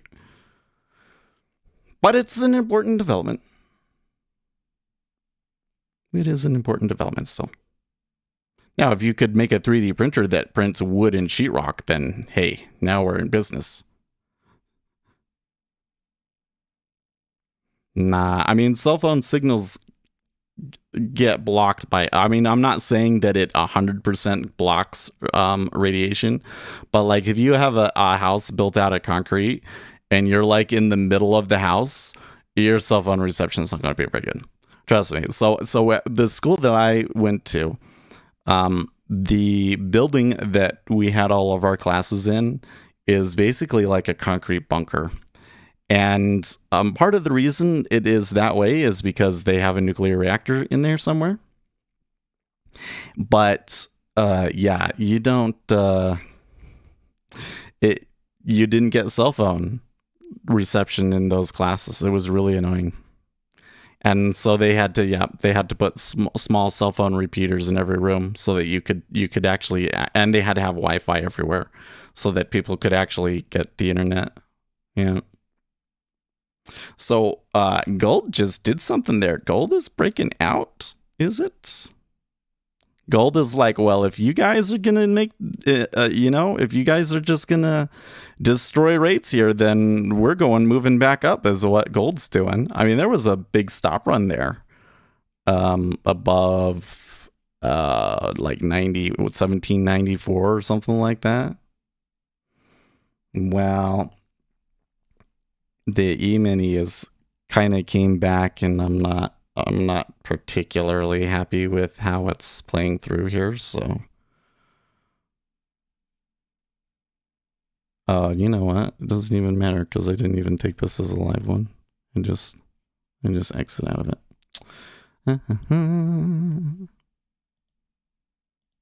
I forgot that yesterday. Well, I guess that saved me a few dollars, huh? I forgot that yesterday I turned it off.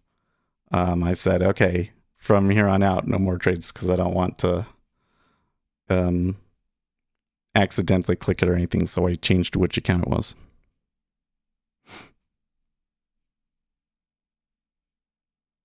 Between you and the cell towers off and plenty of concrete. I'm telling you though, man, it's not very good. It's not optimal People aren't going to enjoy concrete walled homes. No way. Yeah, brick is okay. I mean, brick if it's just the exterior walls, right? Brick is fine. But it's like when all of the walls in the house are made out of concrete is when it's like, yeah, it's not very good. I think that for automated building of homes, that it's probably more likely to be like pre-built interlocking things. Like people make these like, it's like Lego bricks of sorts, and you can build off of these Lego bricks. And then that could be something that a robot could use to build. And it wouldn't have to be out of concrete. It wouldn't have to be out of some liquid material. You still have to build those things, but you can create a manufacturing facility that builds them very efficiently.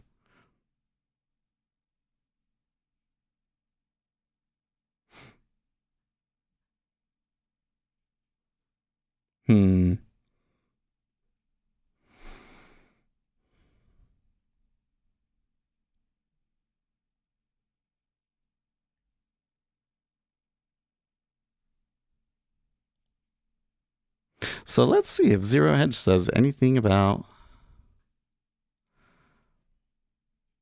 the US PMI's tumble in early December glimpse cost burden source. So it seems like that the treasuries are moving up there because of the PMIs. Let's see. Was it worse than I thought? US manufacturing PMI dropped 58 to 57.8. A 12-month low. Okay. Inflationary pressures. It's still expansion though, right? Inflationary pressures continued to mount with firms facing ever-increasing input prices. The pace of cost inflation accelerated to again reach fresh price series records. Companies reported broad-based upticks in cost burdens with a range of key materials noted higher in price alongside soaring transportation and distribution fees. Survey data paint a picture of an economy showing encouraging resilience to the rising virus infection rates and worries over the Omicron variant. Business growth slipped slightly, only slightly during the month and held up especially well in the vulnerable service sector. Manufacturing output growth even picked up slightly amid a marked easing in the number of supply chain delays, which also helped take pressure off of raw material prices. Barring the initial price slide seen at the start of the pandemic, December saw the steepest fall in factory input price inflation for nearly a decade. The worry is that rising wage growth, greater transportation costs, and higher energy prices have pushed the service sector cost inflation to a new high. And that any renewed disruption to global supply lines resulting from the Omicron wave could lead to renewed upward pressure on goods prices. Is Powell tightening into a slowdown? Well, it may be a slowdown, but everything that they just said there about that slowdown is an inflationary slowdown, so you should tighten into that. Just saying.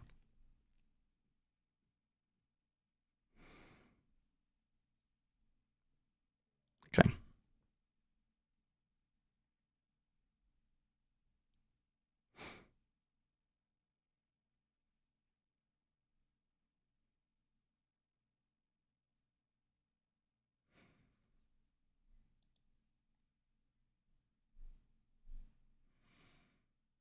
So S&P's coming back to 4,700, which in my view is just dandy. Let's see if they push to the other side of this thing. I mean, that's basically a retracement of the overnight gap, so wow, that pushed through really hard. Is the 30-year like pushing harder than I realize? Yeah,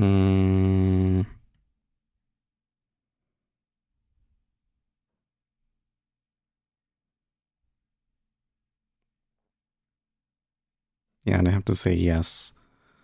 I think that I don't want to... Ouch. Nope, I'll just do that.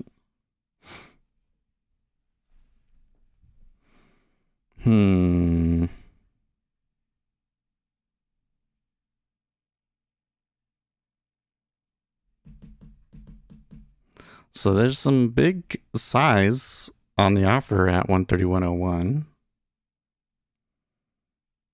The 30-year is doing like a level break, though. I'm going to bet you that there's going to be a big size on both sides of that one, though, in the 30-year. It's kind of what it seems to be hinting at. Okay, E-mini does fall a little bit down through 4,700 now.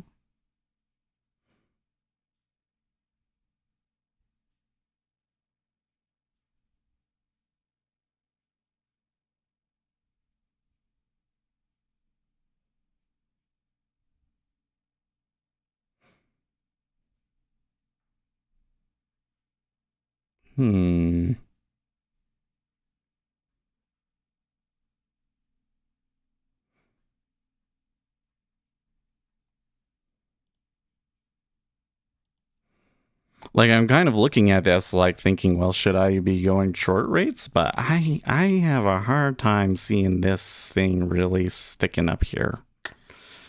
Well, I suppose we could have 131.050. Would kind of be the next key location we might be looking at here.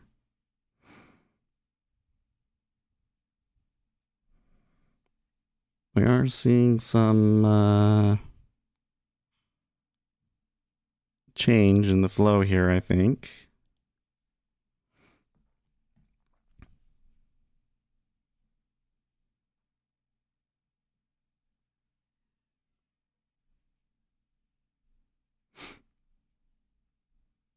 In Zian, did I already take a third one? I already did take a third one. Okay. Very well.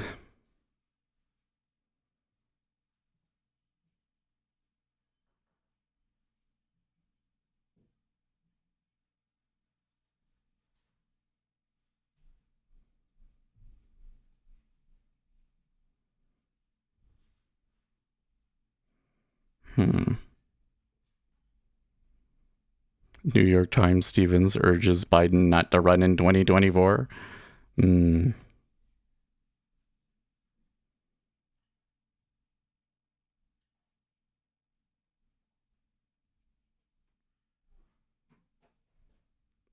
It is very curious to me that that PMI is all it takes to convince them that the economy is about to crash. I'm a little bit like weirded out by that. It is very much, they were very much reacting to that PMI, I think. Front running the PMI after it came out, took some profits, then they pushed it and moved higher, right?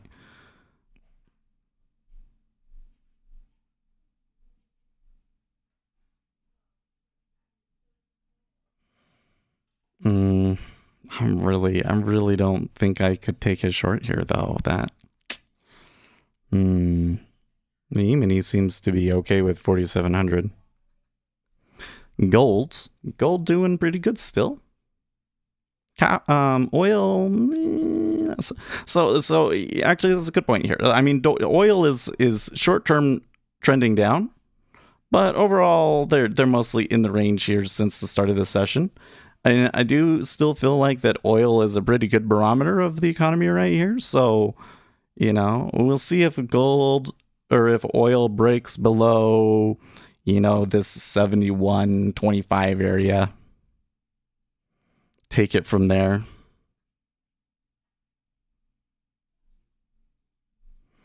And there's a little bit of a pullback. I don't know if we really saw enough volume up there for us to really have like a hard reversal per se, but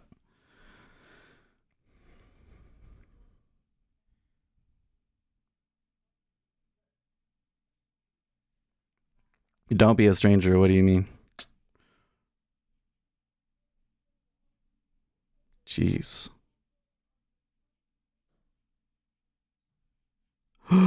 Oh, what? 5 children are dead and another 4 are critically injured after they fell 32 feet from a bouncy castle lifted into the air by the wind at a school event in Australia. What? That's crazy. You kids are in a bouncy castle, wind picks them up and flies them away, and they die from the fall. That is so sad. Well, I'm definitely never getting in a bouncy castle if it's even remotely windy, okay? Or my son's not allowed. Okay, so by the way, oil did break through that point that we were talking about there, 71.25. Down a little bit lower quite quickly there, didn't they?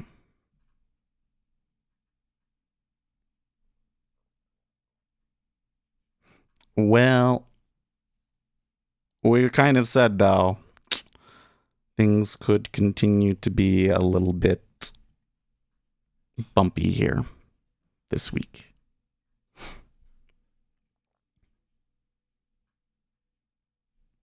Fake news kids aren't allowed to play. Actually, this is a good question. How did that happen?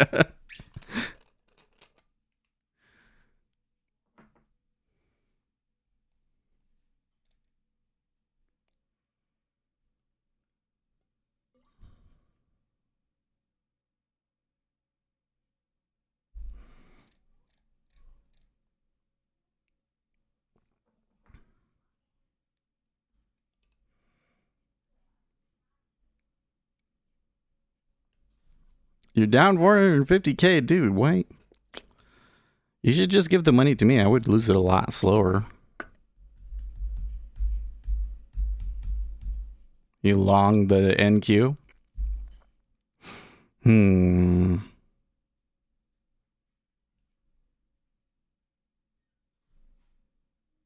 Like, I really still want to go long here. I really have a hard time seeing them maintain this momentum on the upside, but I think with the amount of trend that we've got here, I kind of have to hold off.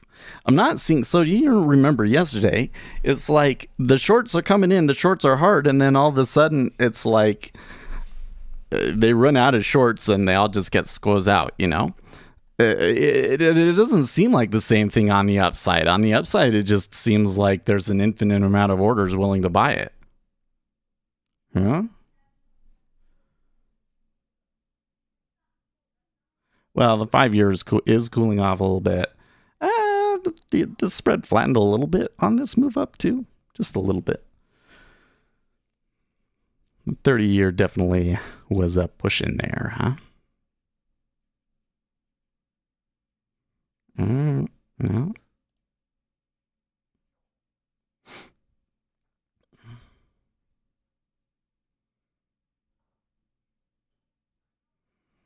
The inside bid and offer there is dancing around quite a bit, isn't it?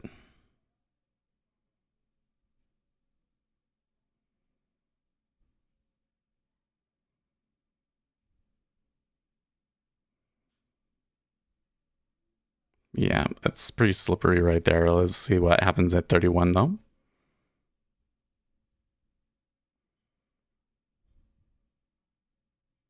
It's like they know where my sim order is, and they're like, no, we can't let Seth get back to where he's making money again on his sim trade.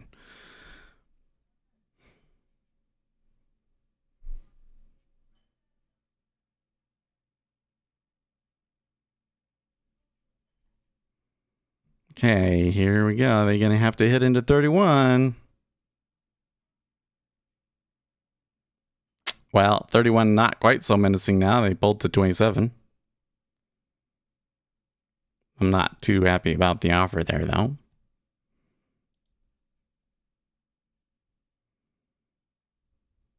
Well, the 5 and the 30 down ticking.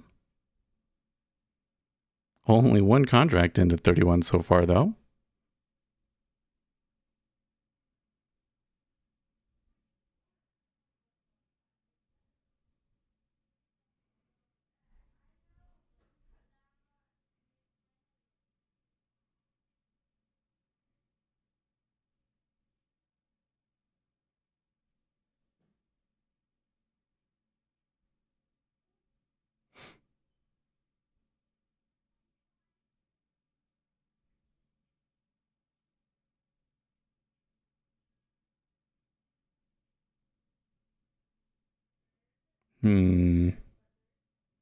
Oh, okay, that changes things quite a bit. 1935 hit into it, and they still got a strong offer on it.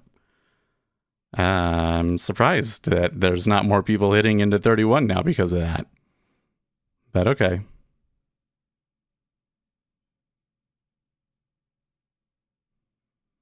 I suppose if you're sitting here, you probably still feel like you got an okay chance of getting filled to 31.5.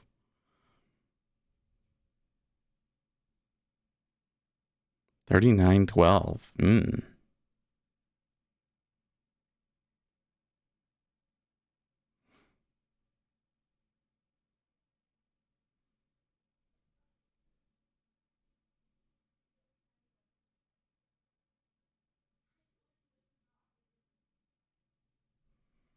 I'm gonna clear this. Yeah, backing up because nobody wanted to trade into 31. This doesn't mean that they won't, slip back down and try again. But the buyers might try and take it here. So let's just kind of watch here.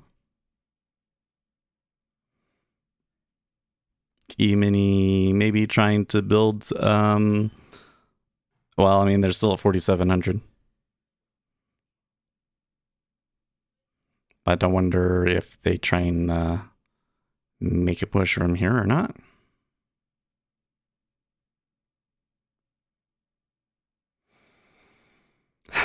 You see a lot of buy volume here in the equities. You really should specify what market you're talking about when you say things like that. I mean, it seems to me like this 4,700 area is going to be a place that people are going to be interested in doing stuff at, right? Okay, so they did trade some into 31, but it was like 15.47, and then they had to tick back up, so...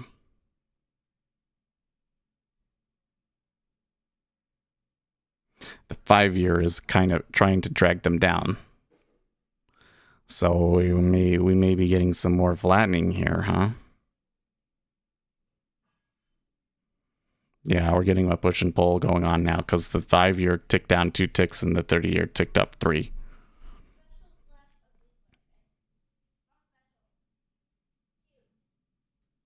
Liquidity hole? Yeah, I think they would be kind of like that dynamic.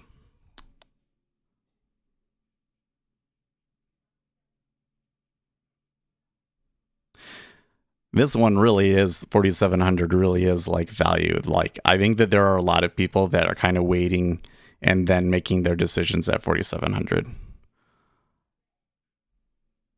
There actually tends to be more liquidity at those prices. But you will kind of get this dynamic where they're both kind of traded both ways. They kind of get stuck there. Also, this one in the E-mini, probably the thing that matters more here is the gamma hedging.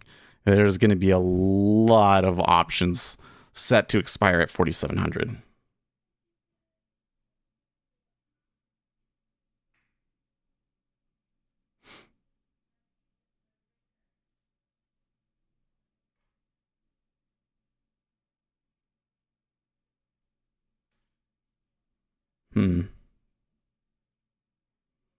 You see that?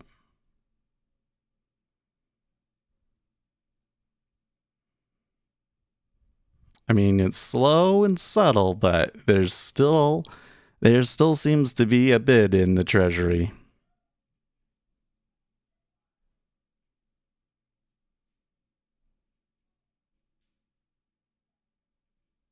Yeah. Not a very good offer there at 005.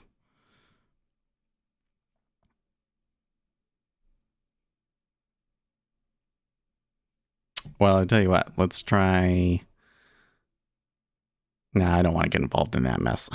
I was just thinking, well, we could try taking 4,700, but I'm looking at it, I'm like, no, that's not going to work.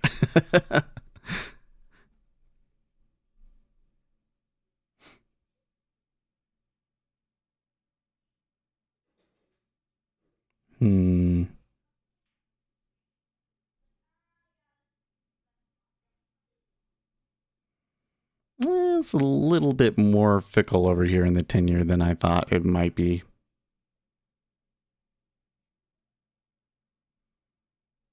Let's see if the 131 trades back across again.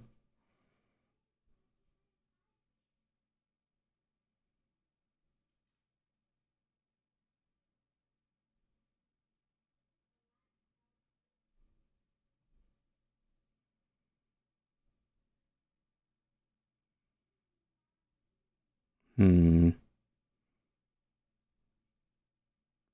of noticed a change there, but I can't detect where it's coming from.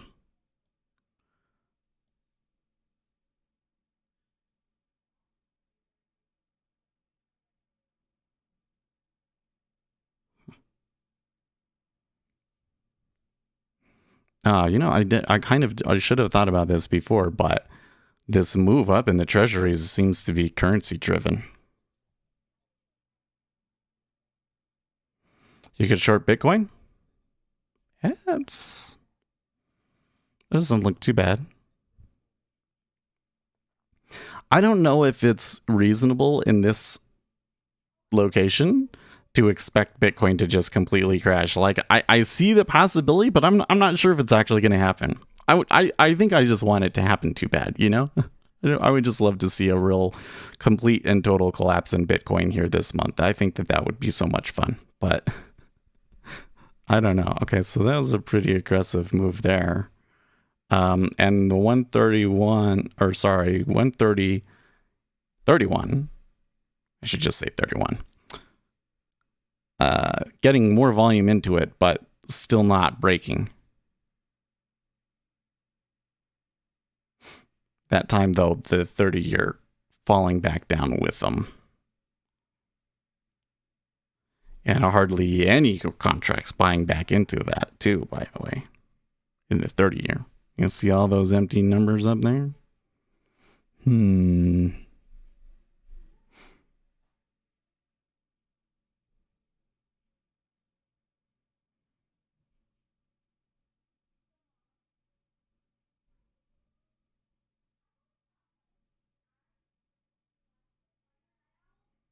Okay.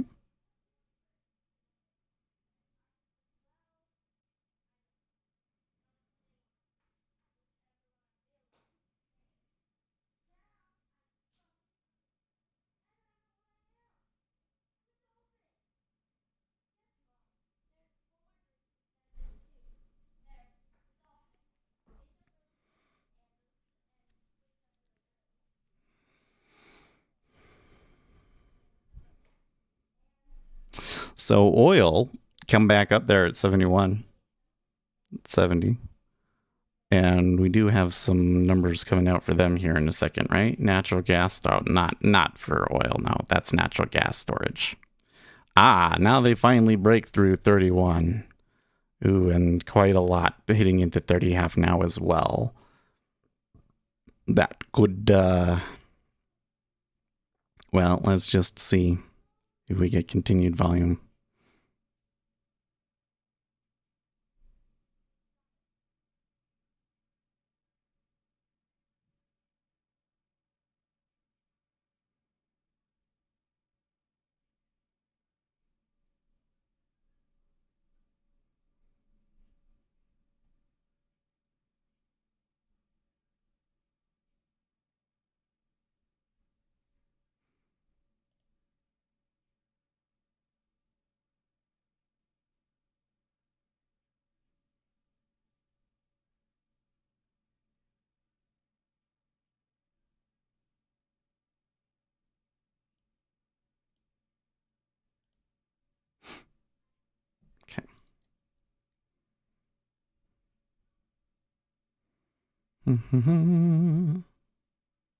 Don't short Bitcoin if you can't. Yeah, probably better to just not short Bitcoin, huh?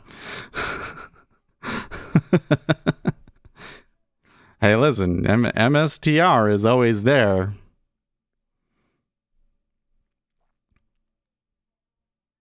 I'm sure at some point, maybe you buy leap year puts and MSTR. Maybe that's the play. I don't know.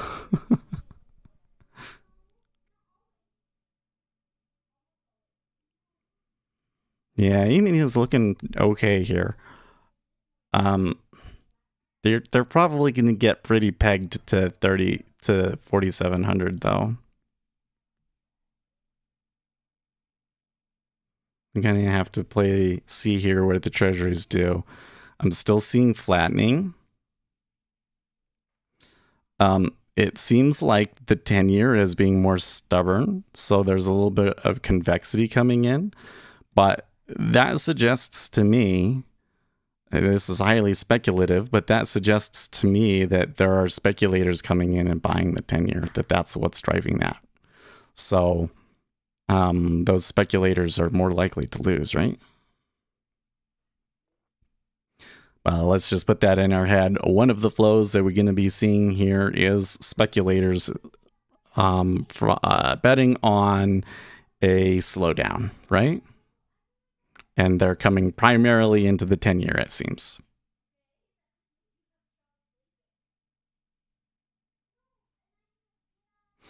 Well, let's say the 10 and the 5. But, the 5 is getting killed here.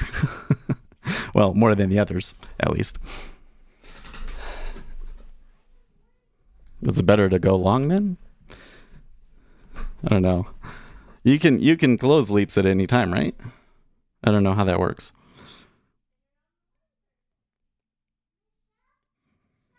Here's the thing. Oh gosh, I hate that. The MSTR is basically become a Bitcoin ETF, and their business is crumbling. So their main business is basically services, on-site services. Like you run your own server infrastructure, and they do all of the analytics for it and stuff. And basically the whole computer industry is moving away from doing that and doing all of their services through Amazon Web Services or Microsoft Azure, or they're all doing it through the big tech cloud services. So MSTR's core business is done. So they got the Bitcoin thing. So they've been taking out debt and buying Bitcoin with it. Now the problem is that because of how irresponsible they are being here with it, the bondholders asked a pretty hefty interest rate. And my understanding is, I don't know how you calculate this and everything, but my understanding is that even though the Bitcoin that they've bought is profitable, when you include the maintenance of the debt, the position is basically underwater. So if Bitcoin were to fail here, I don't know what they would do. Bitcoin could very well just bankrupt that company, right? So if you want to go short Bitcoin, that's probably the way to do it. But if you're going to go short Bitcoin, I really think that you need to have something that you really know that you're going to get good, strong flow pushing that way and everything, Are we getting that? Kind of not really, huh? So there is definitely the possibility here, if Bitcoin were to fall down again this weekend and push through 4,700, you could get some ugly, ugly stuff. But I don't have anything to see that it's actually going to do it. I just see this situation, and I'm just hoping that somebody else sees it and decides to go short and smash them. But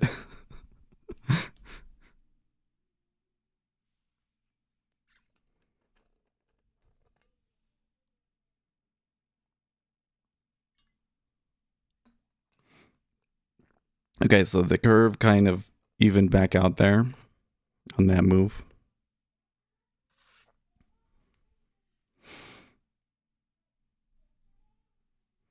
Still keeping an eye on this 131 area. I mean, they did push below it, but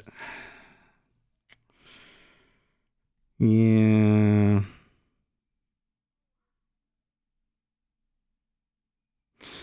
On a relative volume basis, by the way, the 10-year micros are doing really good on volume, apparently. Like, it is the Treasury complex that's got the most activity right now. Followed by the E-mini. E-mini is a little bit above average activity at the moment as well.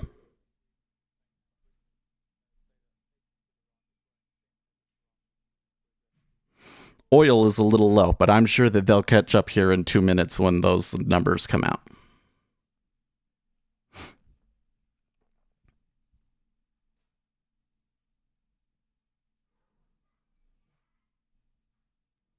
Well, I'm looking at all this. The Treasuries did see some selling, but the bids are supporting it.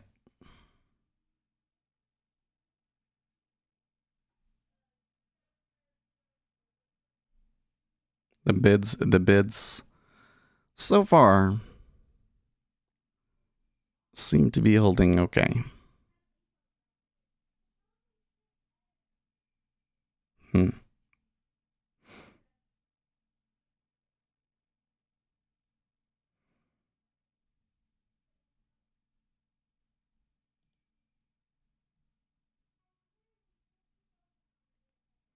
So, something else we got to talk about.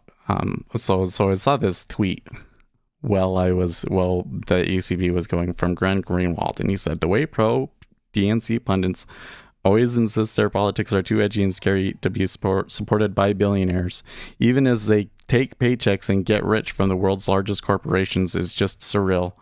They live in this fantasy world where they pretend this doesn't happen. The left liberal wing of the Democrat Party isn't a threat to anyone. That's why billionaires fund their NGOs and media outlets. In fact, people like Sam Sedler and Hassan Piker are their most valuable asset. They keep people in captivity to the Dem Party who need to feel they're radical. Yeah. So did you see this whole thing about Nancy Pelosi yesterday saying, no, we shouldn't ban members of Congress from owning stock. It's a free economy and congressmen should be able to participate. Yeah, because you're literally making millions of dollars from the inside information that you get from being speaker. Good effing grief. Talk about corrupt. And I think that this is an issue that like the American people pretty united on, right? Like, you go to Reddit and read the comments on that, because Reddit is very left-wing. Oh, they were so mad. They were so mad.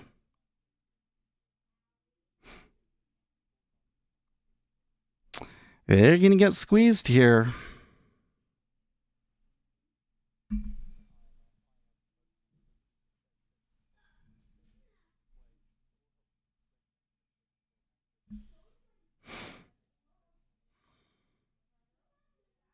Nancy the Well. I know. It's just, it makes you feel sick, doesn't it?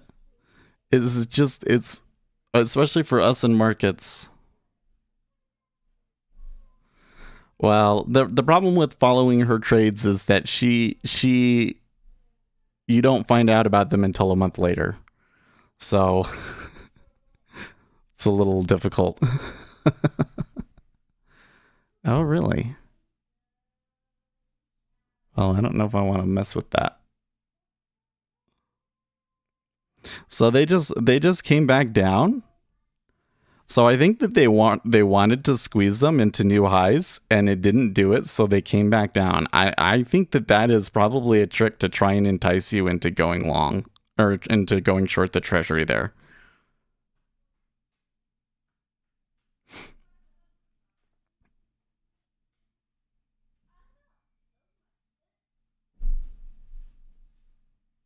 I'm a little bit skeptical about that news.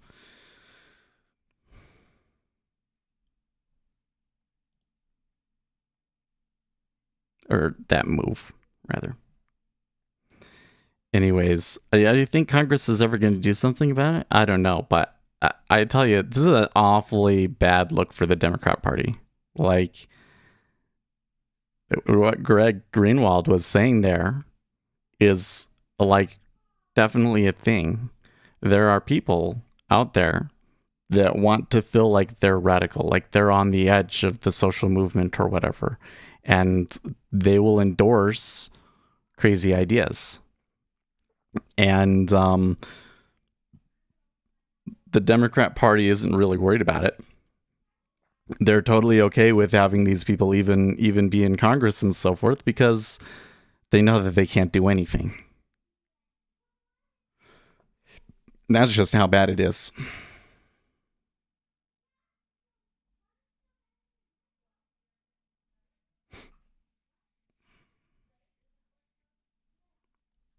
Well,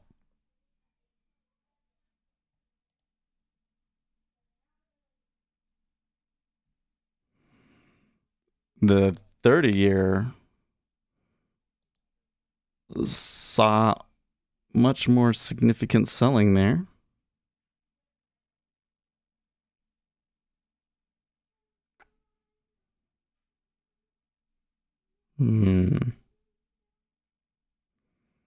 I guess I could have stayed in that trade. I'm not so sure about the current moment now, though. Seems kind of...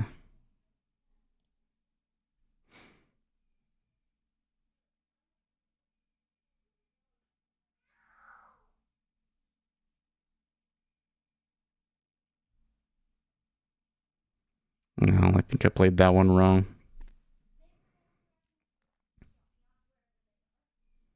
Saw that, I'm like, oh, here will be an easy fill, and it was a little bit more movement than I bargained for.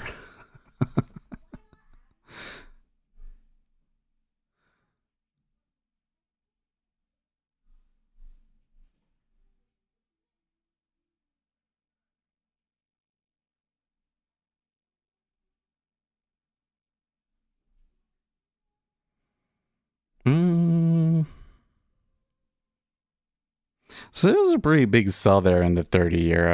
I'm wondering what's going on there.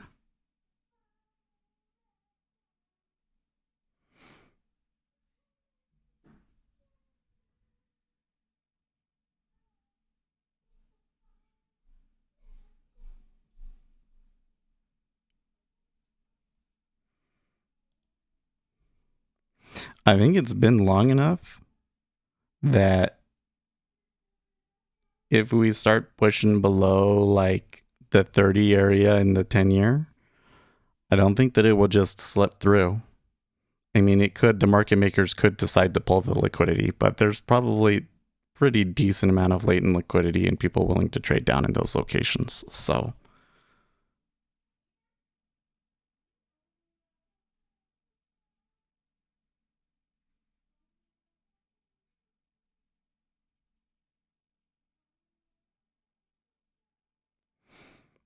Yahoo Finance tweets JP Morgan head of global commodities strategy Natasha Kaneva. We do believe as the economy reopens, oil will be a major beneficiary because of that. Definitely for us, energy is one of our favorite sectors in general. We're targeting prices closer to $85 to $88 for 2022. And oil's had its moments today, but they're still within the range, and maybe they can break out to the upside 71.80. That would be fun. That could be fun. I can see it. Like I'm looking at the DOM there, and I can definitely see the possibility. Yeah, there's some big orders up there up at the 8 top that they're gonna have to eat through, but.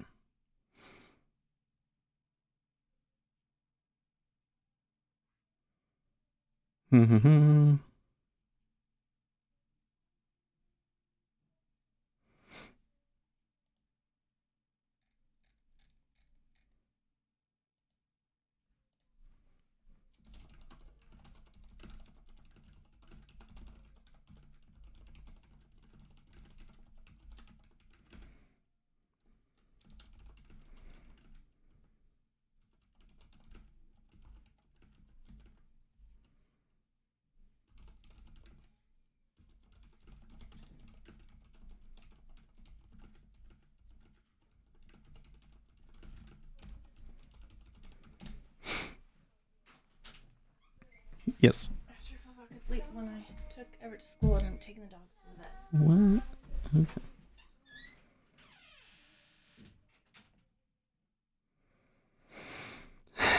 Well, I wouldn't worry too much about fibs, but 50% is something that is kind of happens for reasons.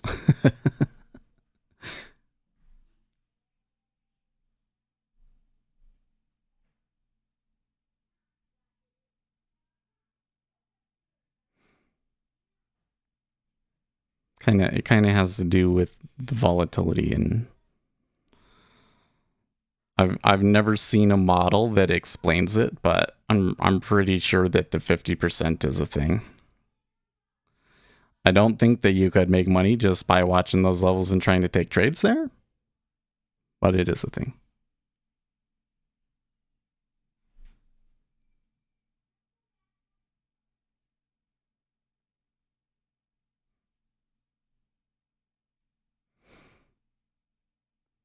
I guess the possibility is dump.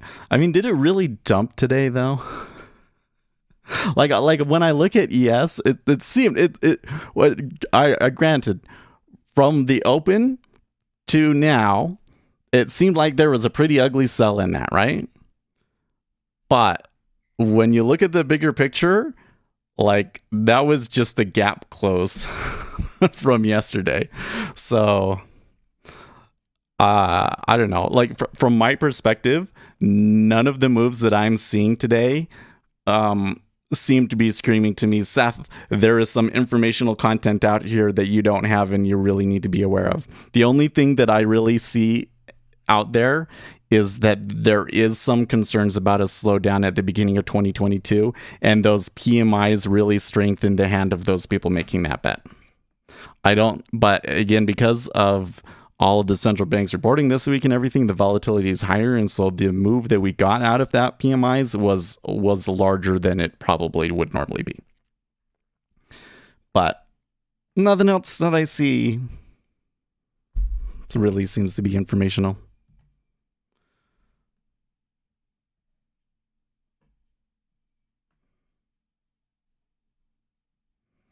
And volume in ES probably isn't going to be very helpful. But orders still matter, right? What are the orders that we're seeing here?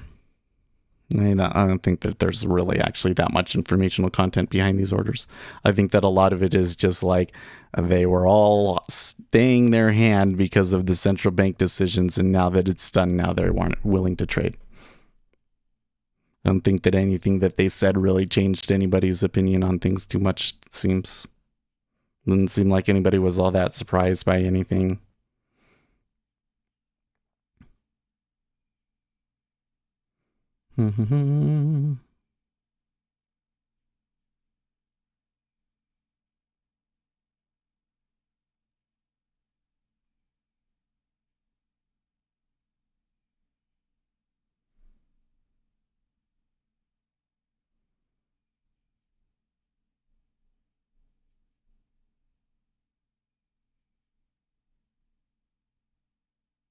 Okay.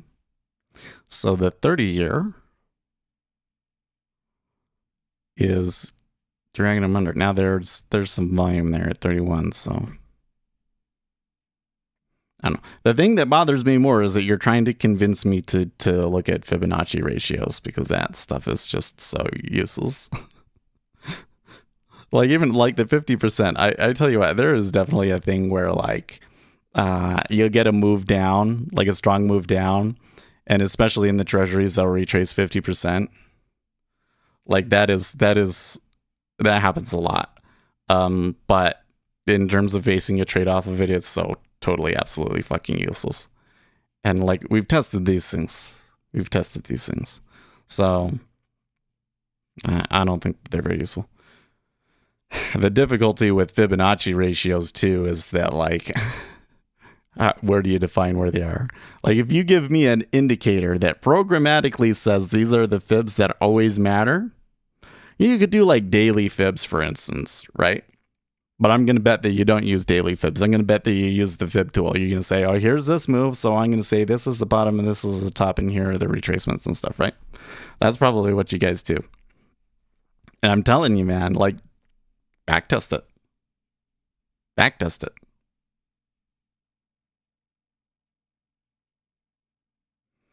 If Joe and Will, who gives a fuck? Dude, do you guys, hold on. I'm not trying to be mean here with you guys, okay? It's just I don't understand. You say something like that. You've been here. Why would you say something like that to me? If Joe and 1 million others use Fibonacci levels, it doesn't matter.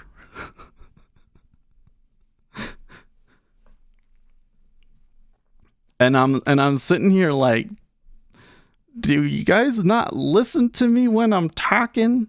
You just disagree so much, and you think that if you use those kinds of fallacies enough times that I'll finally acquiesce and go, okay, guys, you're right. Because everybody uses it, the Fibonacci levels matter.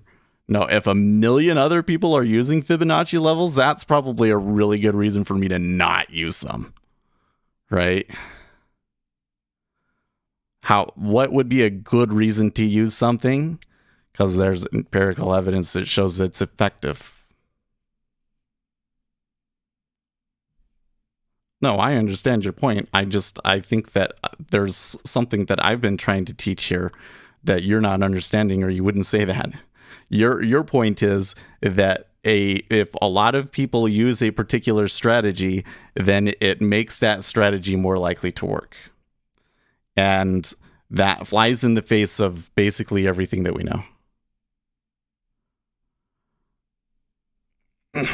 Okay, you say no? Okay. Good. Let's start over then. Make your case. We'll wait. We'll give you a couple of sentences. Make your case. I want to understand your argument better. That's always the most important when you're arguing with. As I got this from Jordan Peterson, I think it was.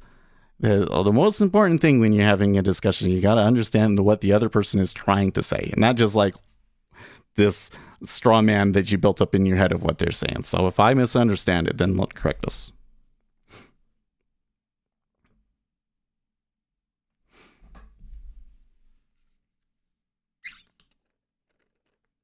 In the end, the market likes balancing. Well, yeah, but I've never been able to find any kind of information that shows that the market is more likely to balance at a fib level or any price like that at all. Like liquidity, that would be kind of the same sort of idea as the liquidity holes, right? Like the liquidity holes end up being areas that they range around in for a long time and could become point of control value areas later and accepted prices, even though that's not how they start.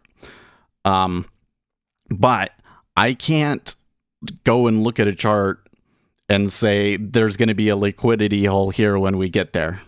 I can only see when it forms, because where it forms is, as far as I can tell, random.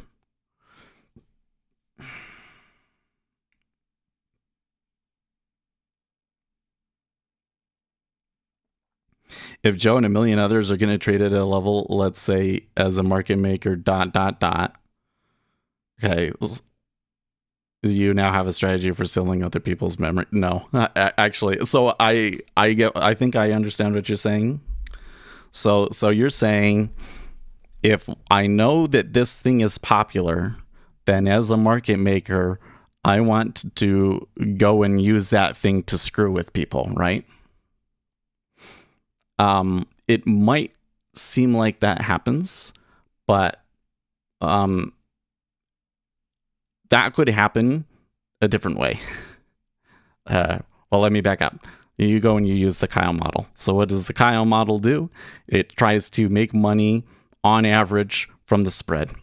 And how does it do it? You're placing orders at every price, and you're trying to get at the front of the queue. So being at the front of the queue really, really helps. But then the big risk for you is the risk of adverse excursion from informed traders. So you look at the volume that is coming in and you adjust your bid and ask based on the flow that is coming in.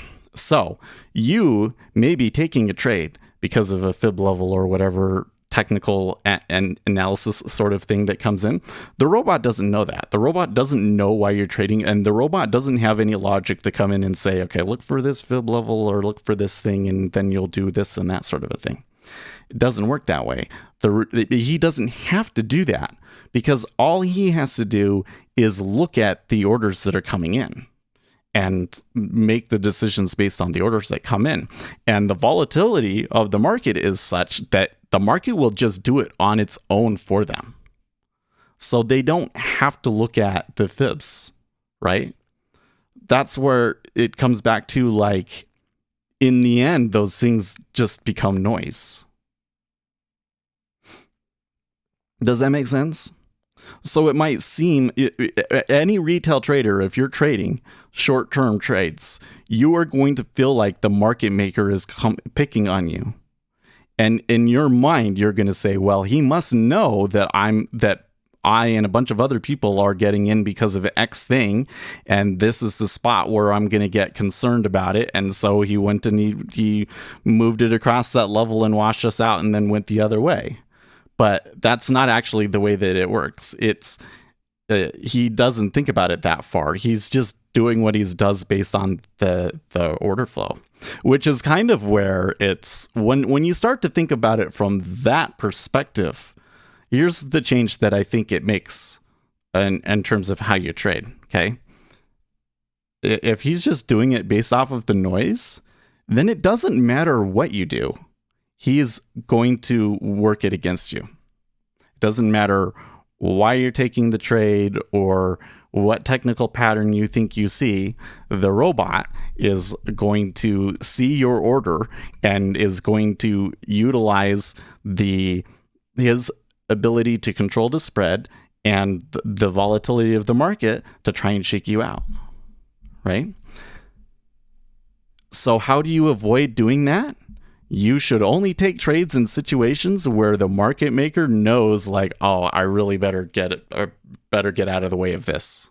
So if we're in a range and it's just kind of trading around, I know in this kind of situation in that I'm doing here in the Treasury, it's a little sketch, right? It's a little sketch to say, because we're getting pretty late here. It's not really moving anymore. I could still see the Treasuries wash out and push down, but we're really just not getting the kind of movement that we want, are we? Right? So taking a trade here doesn't really make sense anymore. But like if a piece of news came out, that was very clearly hawkish, what is the robot going to do? He's going to say, well, there's enough volume in here that there's a pretty high probability that these guys taking these trades actually know what's going on, and I don't want to trade against them, right? So that's when you should trade. The bots know all and hunt. No, they don't. Like, but that's the thing that's so crazy about it. I tell you what, Kyle, 1985, go and read that study and understand the math in it. Like when you understand the math of it all, it's like they can do all of that stuff and literally get you almost every time without having to know anything about the market, just from watching the volume, right? And it's like, okay, if you sit down and you're like, okay, I'm going to do a fib level, and then the fib level doesn't work, so you say, aha, I know what I'm going to do. The robot knows that I'm going to go and do the fib level. So I'm going to go and I'm going to play it the opposite way in anticipation of the robot doing it that way. And guess what happens? The robot doesn't know that there's a fib level in there. He just sees that, oh, okay, this time they were going long instead of going short, right? You can't win because he can see what you're doing and then change something after you've done it, right? Or like, let's just look at it from the perspective of these micros. If you and I were the only two people trading the micro treasuries, right? I have my bid and ask at one spot 438. So there's 39 and there's 36, okay? Oh, it's 38 and 36, okay? So let's say that you get a fill at 36. Okay. Somehow you get a fill at 36. I'm the market maker. We're the only two people trading. What am I going to do as a market maker? Do I want you to be, able to scratch back out? No. I want you to have to give me the spread. So what am I going to do? I'm going to make my best offer 36 and my best bid 34, so that if you want to get out right now, you're going to have to puke. And then, the only way that you're going to make money is if the things that I'm looking at, like the correlations, for instance, would be a good one. Things that are arbitrage based move in the wrong way. But most of the time it's not. It's just going to be noise. And so eventually you're going to give up and you're going to give it to me. Right? It's that simple. And so then you go and you say, well, if he's going to do that, then maybe I should buy at 38. Okay, cool. I took the fill. Best bid is still going to be 30. Best bid is still going to be 36, and the best offer is still going to be 38. That's how it works. That's how they get you. This is because they can do whatever they need to do after you get in the trade. So it doesn't matter what you do. All that matters is the volume. So if you're going to get into a trade, there better be a lot of volume coming in behind you, and you better have a really good reason to think that that volume is going to come. And if there's not enough of it behind you, relative to the time that you want to be in the trade and everything else, then you're not going to make money in the long run. You don't have edge. Okay, that's the way it worked historically. Stop hunting on a series and to suppose that activity is abated in the digital age. Well, I again, even historically, like the thing you got to realize is like what the cool retail toy that people are using right now. Like, so I gave you that one instance where it was just both of us. Now let's expand it up to, there's 1,000 people or 2,000 people trading, right? How many of them are using Fibonacci levels? How many of them are using moving averages? How many of them are using these things? And then there's like thousands of different possibilities of things that they're using. So it really kind of becomes noise. Like, really, for the market maker to target a specific strategy like that doesn't really make sense in my mind. It would just be too much work when he can just look at the volume, right? The market makers buy the other side of every order. They provide liquidity for exchanges, so they have the upper hand. Yeah, and what the other side of that is, like, understand where did they get the upper hand from? Is that they can control where this spread is, so they know based on everything else what the correct interest rate is at the moment based on what's happening in the cash treasury market, right? So they're going to go and put a spread that is most advantageous for them, but factors in what the treasury market's doing. Okay, so that was a little bit of movement there. It was a little odd.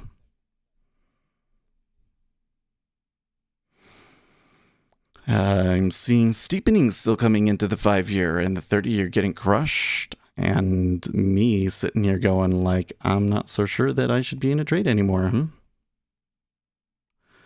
Well, we'll see. But I'm starting to think that we're in that situation. Like, it hasn't really moved much, but I am getting like,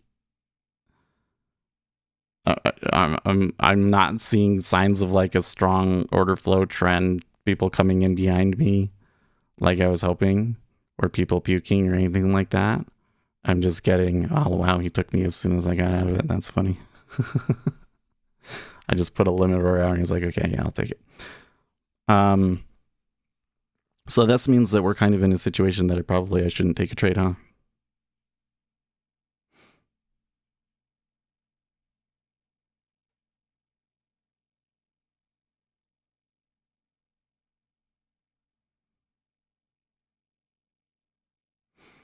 Okay, now, in terms of like going to the volume profile to like try and find liquidity and that sort of a thing,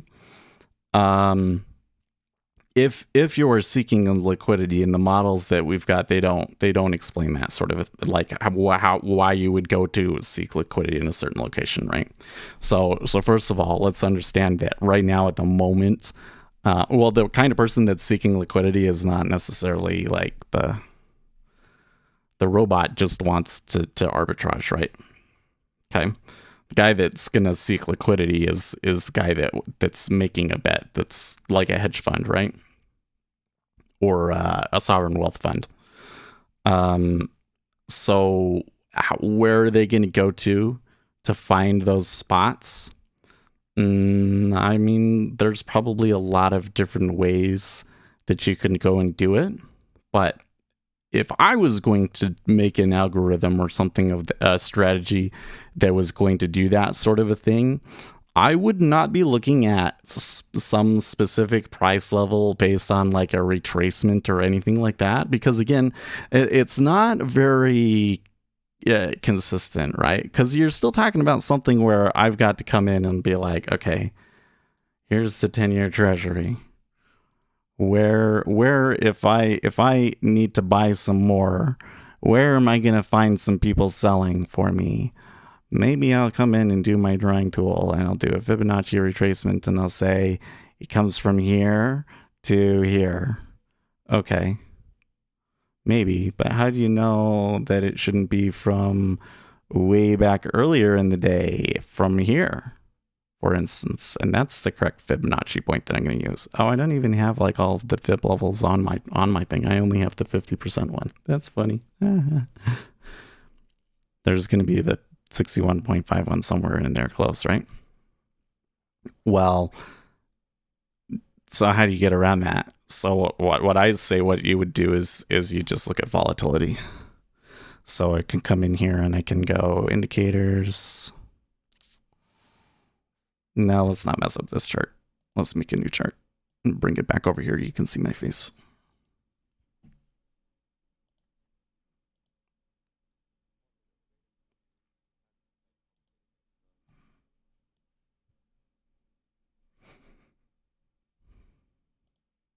Might have gotten out of that too soon, but it's fine. I don't want to be in it anymore. Xeon. 1 minute. Okay.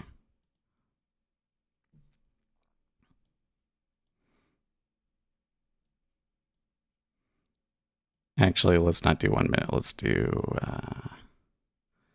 Let's do 15 minute. Okay. 15 minute. And then I can come in and I can do like ATR tick. Where's that one? Okay. So what the range of each bar is on relative basis, that would be a good measure of it, right? So when we get up in here, if I was able to push the 10-year treasury down 6 ticks, would I run into some liquidity? Probably, yeah. Because all I'm doing is just moving it more than what the average volatility is at this time. Which is why, by the way, you'll tend to find that as things get moving, that the volatility tends to increase. Markets tend to do this overall. If there's any pattern that you can see that's consistent, it's that, and it's that. Yep, and that's why most people get wrecked. Yeah, exactly, because you're all sitting there going, okay, the average true range is 6, so I want my stop to be at 8. Or whatever the deal is. And it's just like, what's predictive? Because you're trying to do a market making without the edge, right? Now, I suppose that the split side of that is that if you are going to do arbitrage, right, you know what it's supposed to be. You have a pretty good, and you're fast, and you have a pretty good idea of what prices should be hitting and everything. Man, they really did just like scare me out, and now they're moving. I'm not even sure why it's doing that, because the 30-year hasn't really moved. 30-year really hasn't moved at all. That's really odd to me. This still looks to me like, man, I feel so like what is conflicted. I feel conflicted because I really do want to see like these rates rise a bit more. But this it's like so late. This seems just like a kind of area where you're just gonna get screwed. I don't know. Sometimes I've noticed that there's a tendency for it to really look like something's gonna happen, and then it never does. Like it never does. Like, right? They'll go and just break just below the last pivot high, but pivot low. I guess that would be one that you could maybe do. So I have like this pivot chart here. I can go and add this other one. I never put it out. We should talk to we need to talk to bots about putting it out. This price pivots thing.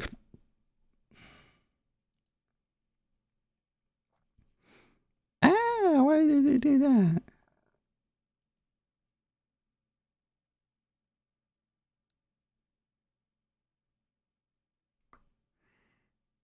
That's a little weird.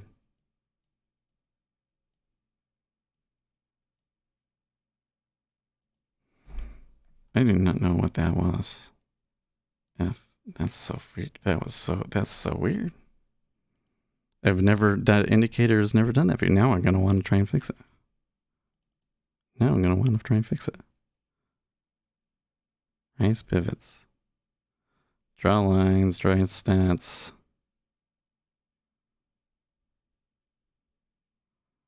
Oh.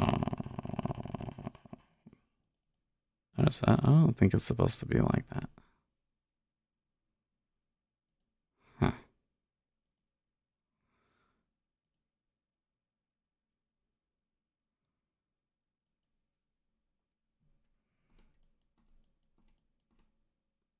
I think that the defaults that I have on here are broken. What do I got to change? If I get rid of show pivots.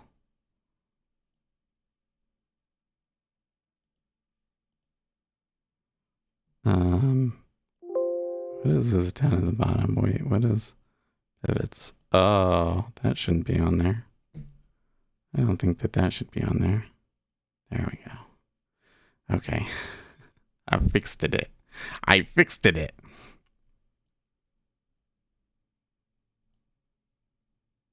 I've seen folders in the indicator settings. Do you do that by creating directories in the not quite. So you should create like a folder in the indicator directory. Here, I'll show you how you do that.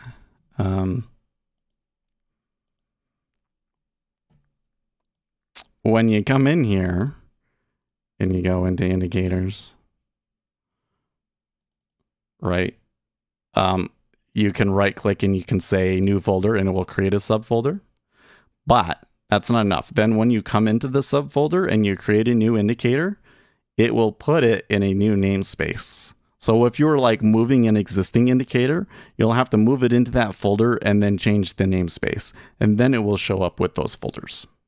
That's also why all of the lizard indicators, they aren't in their own folder, but they all still show up underneath their own folder in the indicators window.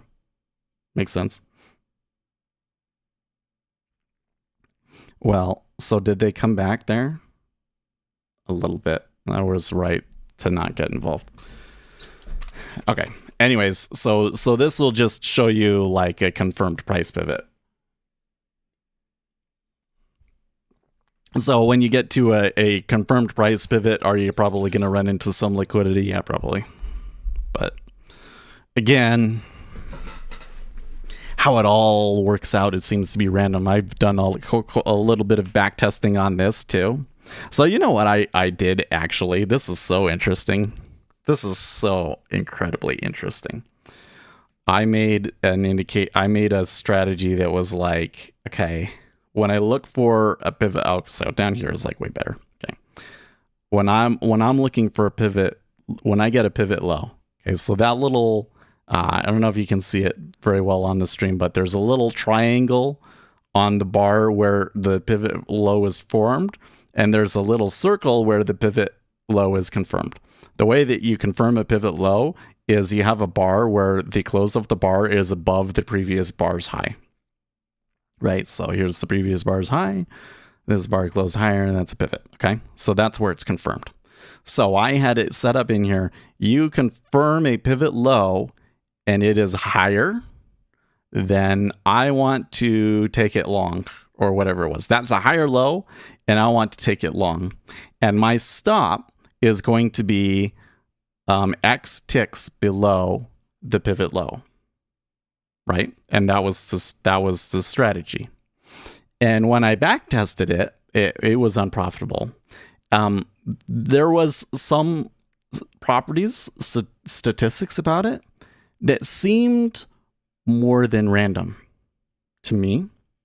So I kept working on it. So instead, I did this. My stop will be the distance between the current price and the pivot low times 2. So if I was doing it on this one, the right there, so it would be, if I take it to here and I do the risk reward, I would be from here to here, and then times 2. Oh geez, is that, am I doing that right? Properties, risk reward,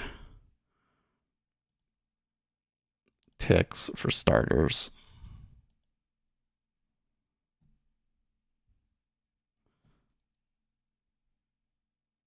Risk extension, entry anchor, risk anchor. It's not showing me. Oh, I see. I did it the wrong way. Okay. There's my entry anchor, and there's my exit anchor. Okay. So I was doing it like that. I was like, okay, there's the spot. My stop is way down there below that. And I think that my target was 1-to-1, but I think I also tried doing it like 2-to-1 and so on and so forth. Okay. Anyways, it was only until I made the stop be double the distance to the last pivot low that it seemed to make money, but it didn't make very much, and it was still looked like it was random. Isn't that interesting? It seems like that's not random, that it comes out that way, but maybe it is just random. I don't know. But it was like crazy. Like here on this particular trade right here. It's actually, the low is right there, right? To take this trade, you have to take 34 ticks of risk, right? And basically what you end up doing is you just end up taking a stop that is much larger than the volatility.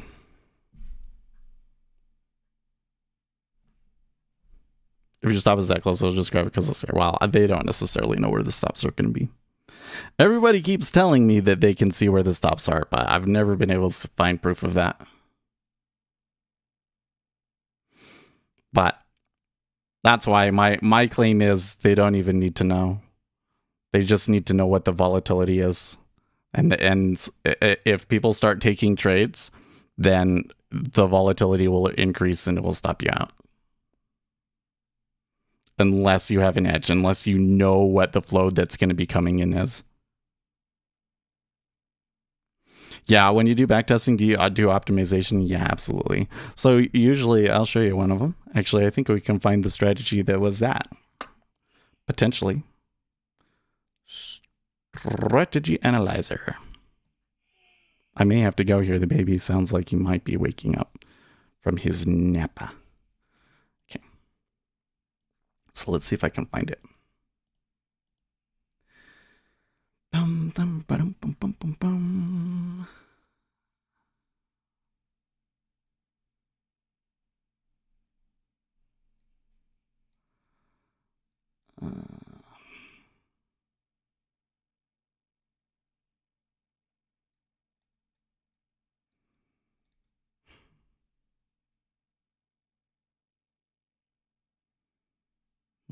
Oh, here it is right here. A double bottom, I think is what it was. Maybe it wasn't a higher high, maybe it was a double bottom. Okay. And let's see here. Well, let's just do it on ES. Actually, maybe I can find it when I did it.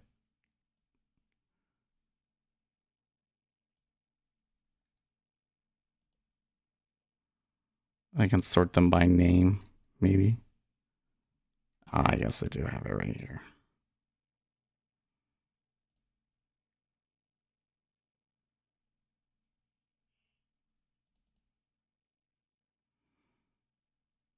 Yay! Okay, cool. So it was doing a... okay, so it was doing for 2-to-1 reward, 10 tick stop, but it was also using doubles. So it was like doing double from the pivot. And when you did that, because it was like a really high risk reward, you know, it was 40% win rate, but over 2 average. So 40% win rate and over 2 average is actually quite good, right? This is when you get a pivot. I didn't close that chart, did I? Did I? I probably did.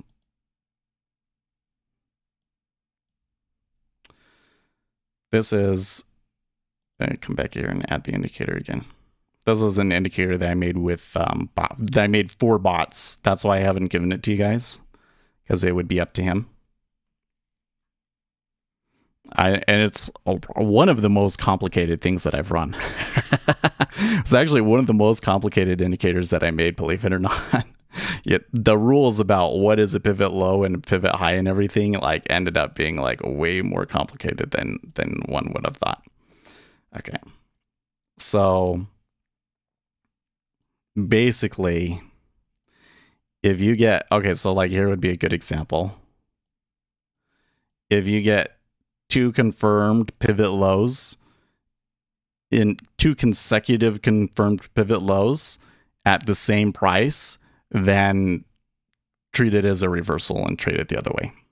Okay, so it would try taking this long.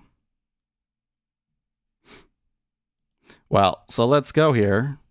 That was on 2020. Let's try doing 2021.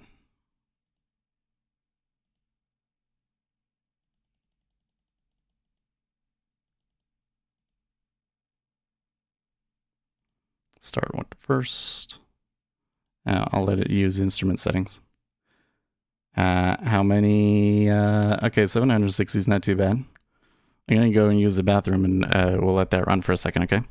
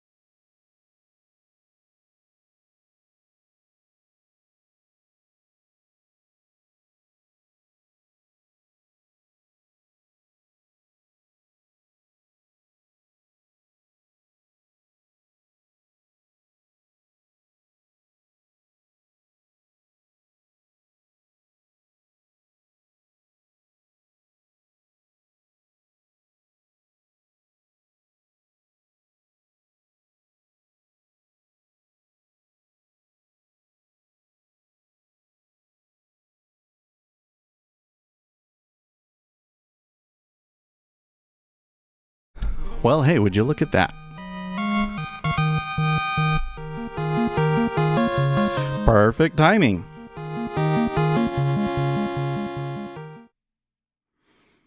Okay, so when you look at this, okay, this is on ES. Okay, the average loser is like 49. Okay, so it's actually pretty good that it wins on both of these, but there's only 144 trades doing that. Okay, I'm gonna bet you that ended up being different settings from what it was before, but it would still be use doubles true. Yes. Yeah, reward is 5.5, so it's different. None of the ones that came out on top took up very many trades at all. So, yeah, it's not a very good back to sell. So the reason I don't run this is because there wasn't enough samples to verify how consistent it was. But then even more, like the Sharpe ratio just doesn't. I want a Sharpe ratio over 1. 0.69. So then when you come into here and you look at like the analysis, for instance, right? Okay. Do you really want to trade that? I mean, you could, but you would take a 400 tick drawdown at one point, right? You can run it live if you want. Oh, I can't give that one to you because you don't have the price pivots. What can I give you that we could run live? That would be interesting to run live. So let's come over here and show you ones with good Sharpe ratios, right? Oh, I forgot about all these. Yeah, okay, wait. Let's get rid of all these ones that are non-pinned. Okay.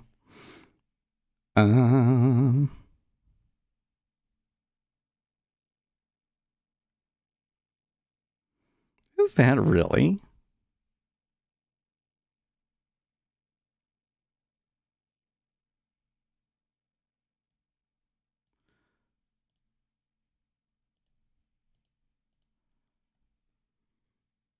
I don't think it's switched. Yeah, okay.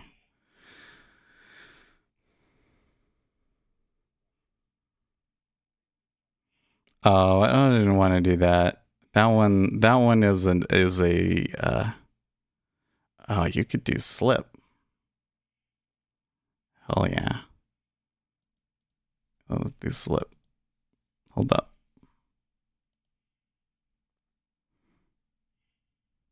You can do a slip, but you're probably going to lose money from it. Let me show you this one. It's kind of funny because it seems like it's a really good trade, but I'm pretty sure that if you actually tried trading it, that it wouldn't be fast enough. Okay, so this basically says that if it moves 8 ticks all at once, that it will try and take a trade. Algo traders seem to only have success using very high time frames. Have you even have had much luck using a 100 tick or a 30-second chart? Hell no. Well, okay, so this one is on a 1-second chart.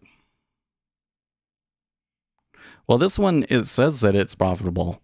It doesn't take very many trades. The problem with this one is that when it takes a trade, the market is moving very quickly.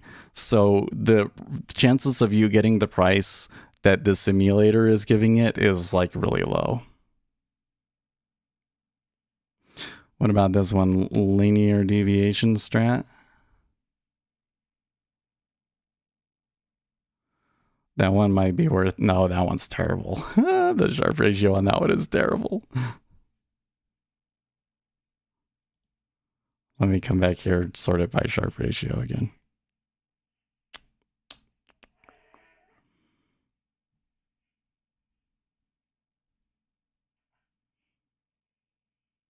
Oh, that one doesn't take enough trades. See, there's always these problems like that one doesn't take enough trades. There's a reason why I don't trade them, right? You can do volume weighted moving average crossover. That one actually would be really good for you.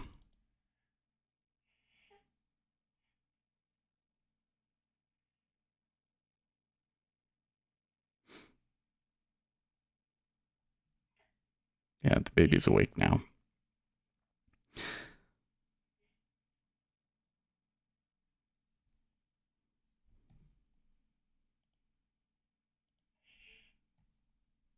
So the issue with the volume weighted moving average crossover strategy is that it's like a stop and reverse. So your largest loser is pretty big.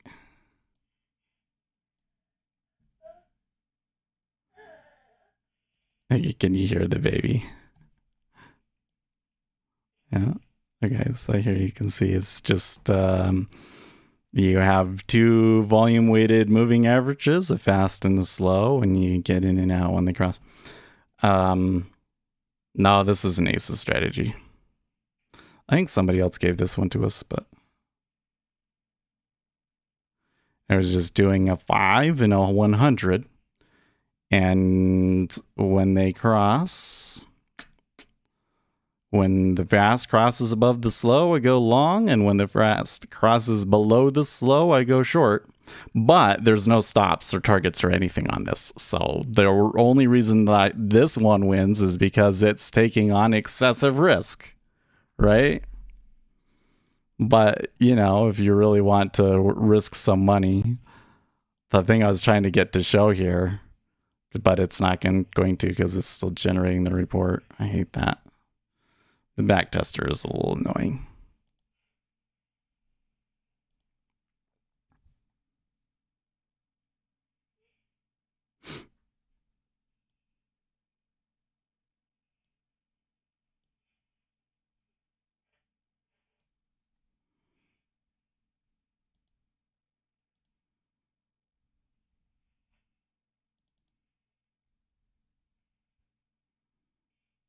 There you go.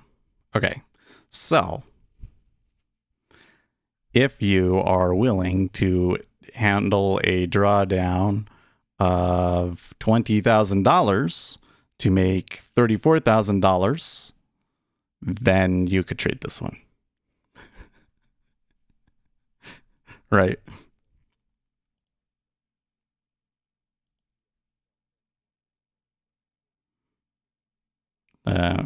Oh, there you go. And that's what your profit curve in 2020 looked like. I mean, it works, right? Well, this is the thing that's I think is so funny about this kind of backtesting and everything, like indicator soup, because most of what I've did was indicator soup, right? Is like what do you learn from it in the longer run? The more risk your strategy takes on, the more likely you are to make money, or the more money you're going to make. That none of them are consistent, and when you look at them from a Sharpe ratio perspective, they really aren't worth doing over just being in the index. And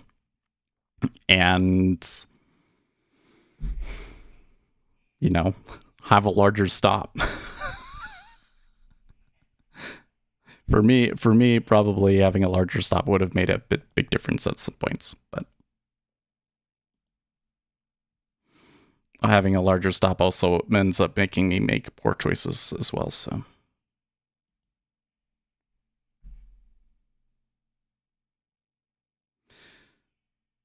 if it's a winning strategy after some time, i.e. after you have adverse excursion, it would seem to indicate you have a leading indicator. Well, I mean, I would prefer to just minimize the adverse excursion altogether, right? But I have found a number of things that do this is just the thing that I don't think that people understand, man, is that you're going to go in and you're going to take a trade and you're going to go and look at the stats, and there's going to be a statistical aberration on it, right? Like maybe you go through and you do the strategy and it wins 52% of the time, right? Or, I mean, it's making money, like the expectancy of it is positive over time.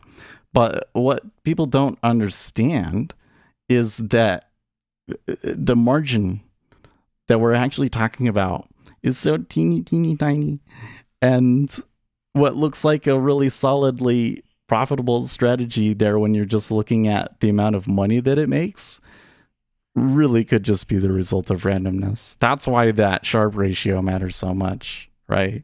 You get something that has a Sharpe ratio over 1 or over 2. Now we're talking, right? And then get that maximum drawdown to be small enough for you to handle, which never is for me. You know, then maybe you have something. But that's why I say, like, why don't we use something that really actually matters? Why don't we use something that predicts future order flows? Like news. Right?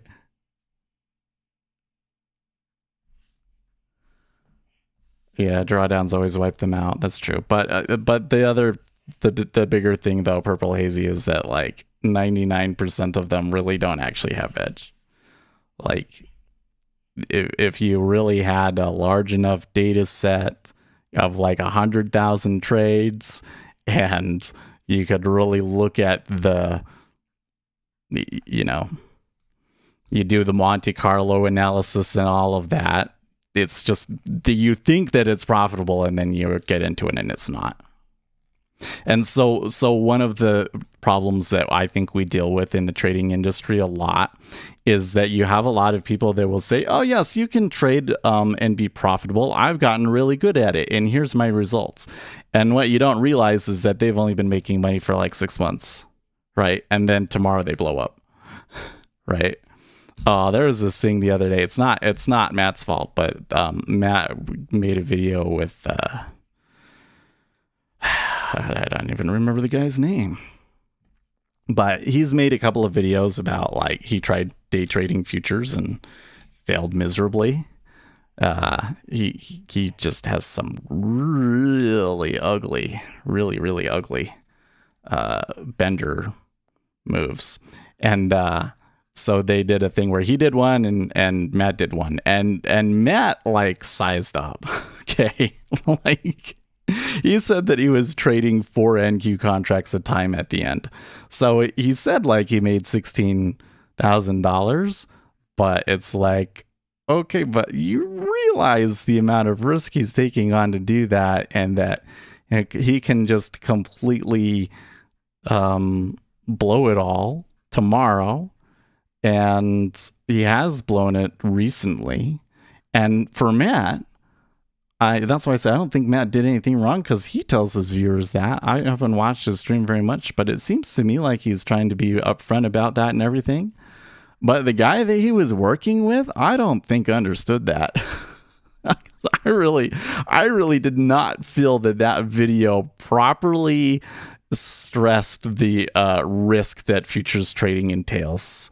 I was a little concerned that if we're really fulfilling our obligations on that video, but I didn't comment on it. I didn't know what to do. I was like, there was one person on that video saying, well, these aren't pros, and I kind of agree with that, but what are you going to say to them? Well, they made money, so they're pros. That's what they're going to say. Man, you put on risk to make money, but it just doesn't, like, all you're doing, if that's your strategy, is just take on risk. I think is you're just setting yourself up to fail later, right? And be that more disappointed when it happens. You gotta have edge, guys. Just actually have an edge. That's just like so much easier. All right, well, we're gonna leave this thing on here because the treasuries are gonna move down eventually, right? And I'm willing to take like infinite. How much should we take? $10,000. Okay, so if this loses $10,000, then I will bail on this sim trade. Yeah, I'm sure. Well, like, I do some crazy trades. Like, I did some stupid stuff in oil. You know what? It could have really worked out. Like, if I had done the right thing in oil, geez, I would have made like $2,000. But I'm dumb, and I fought it, man. It was a risky trade. And I've been trying to size up into these. I mean, if the Treasuries had really started to reverse on there, I would have added onto it. So it's risky. And you make money from that. I don't think people realize. But this is why like backtesting is so useful, because when you do the backtesting, then you realize the truth. Like, oh, well, the only reason that this one worked was because it goes long and the S&P 500 tends to go long, right? There's no edging it beyond that. Hey, just buy and hold stocks. You make more money. You can get software manager to, yeah, but that still doesn't make you a profitable trader, right? I mean, look, I risked a lot of money. I didn't blow the account. I lost more than I wanted to. Is what happened. It was like a quarter. It was like 25% of what we have to trade. It shouldn't have happened. Okay, but and I was within my loss limits for the most part. So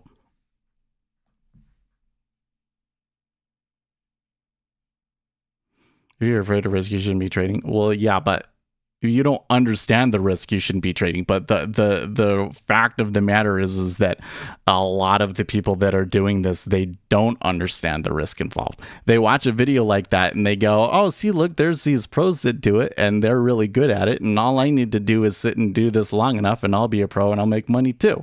And you don't realize, number one, how much risk it takes to really actually have success at doing that even. And that the edge is coming largely from taking on the risk. And so you go and you try and do it and you're going to lose all your money because you don't understand where the edge is, that the edge is in having a wide stop. And then we know that even if you have the wide stop, that's like not consistent. So if you go and you're told, oh, you need to have the wide stop, then what you're going to do is you're going to go and trade and you're going to make money for like 6 months and then you're going to blow up, and that's just that much more devastating, right? You need to have an actual edge. I don't think that taking on risk alone is enough of an edge for a retail trader to really become consistent anymore. It probably was 20 years ago, but it's not anymore. Okay, I'm yapping. I gotta go. Let's change the title here to ECB press conference. Treasuries rise after ECB press conference. But anyways, we will talk tomorrow.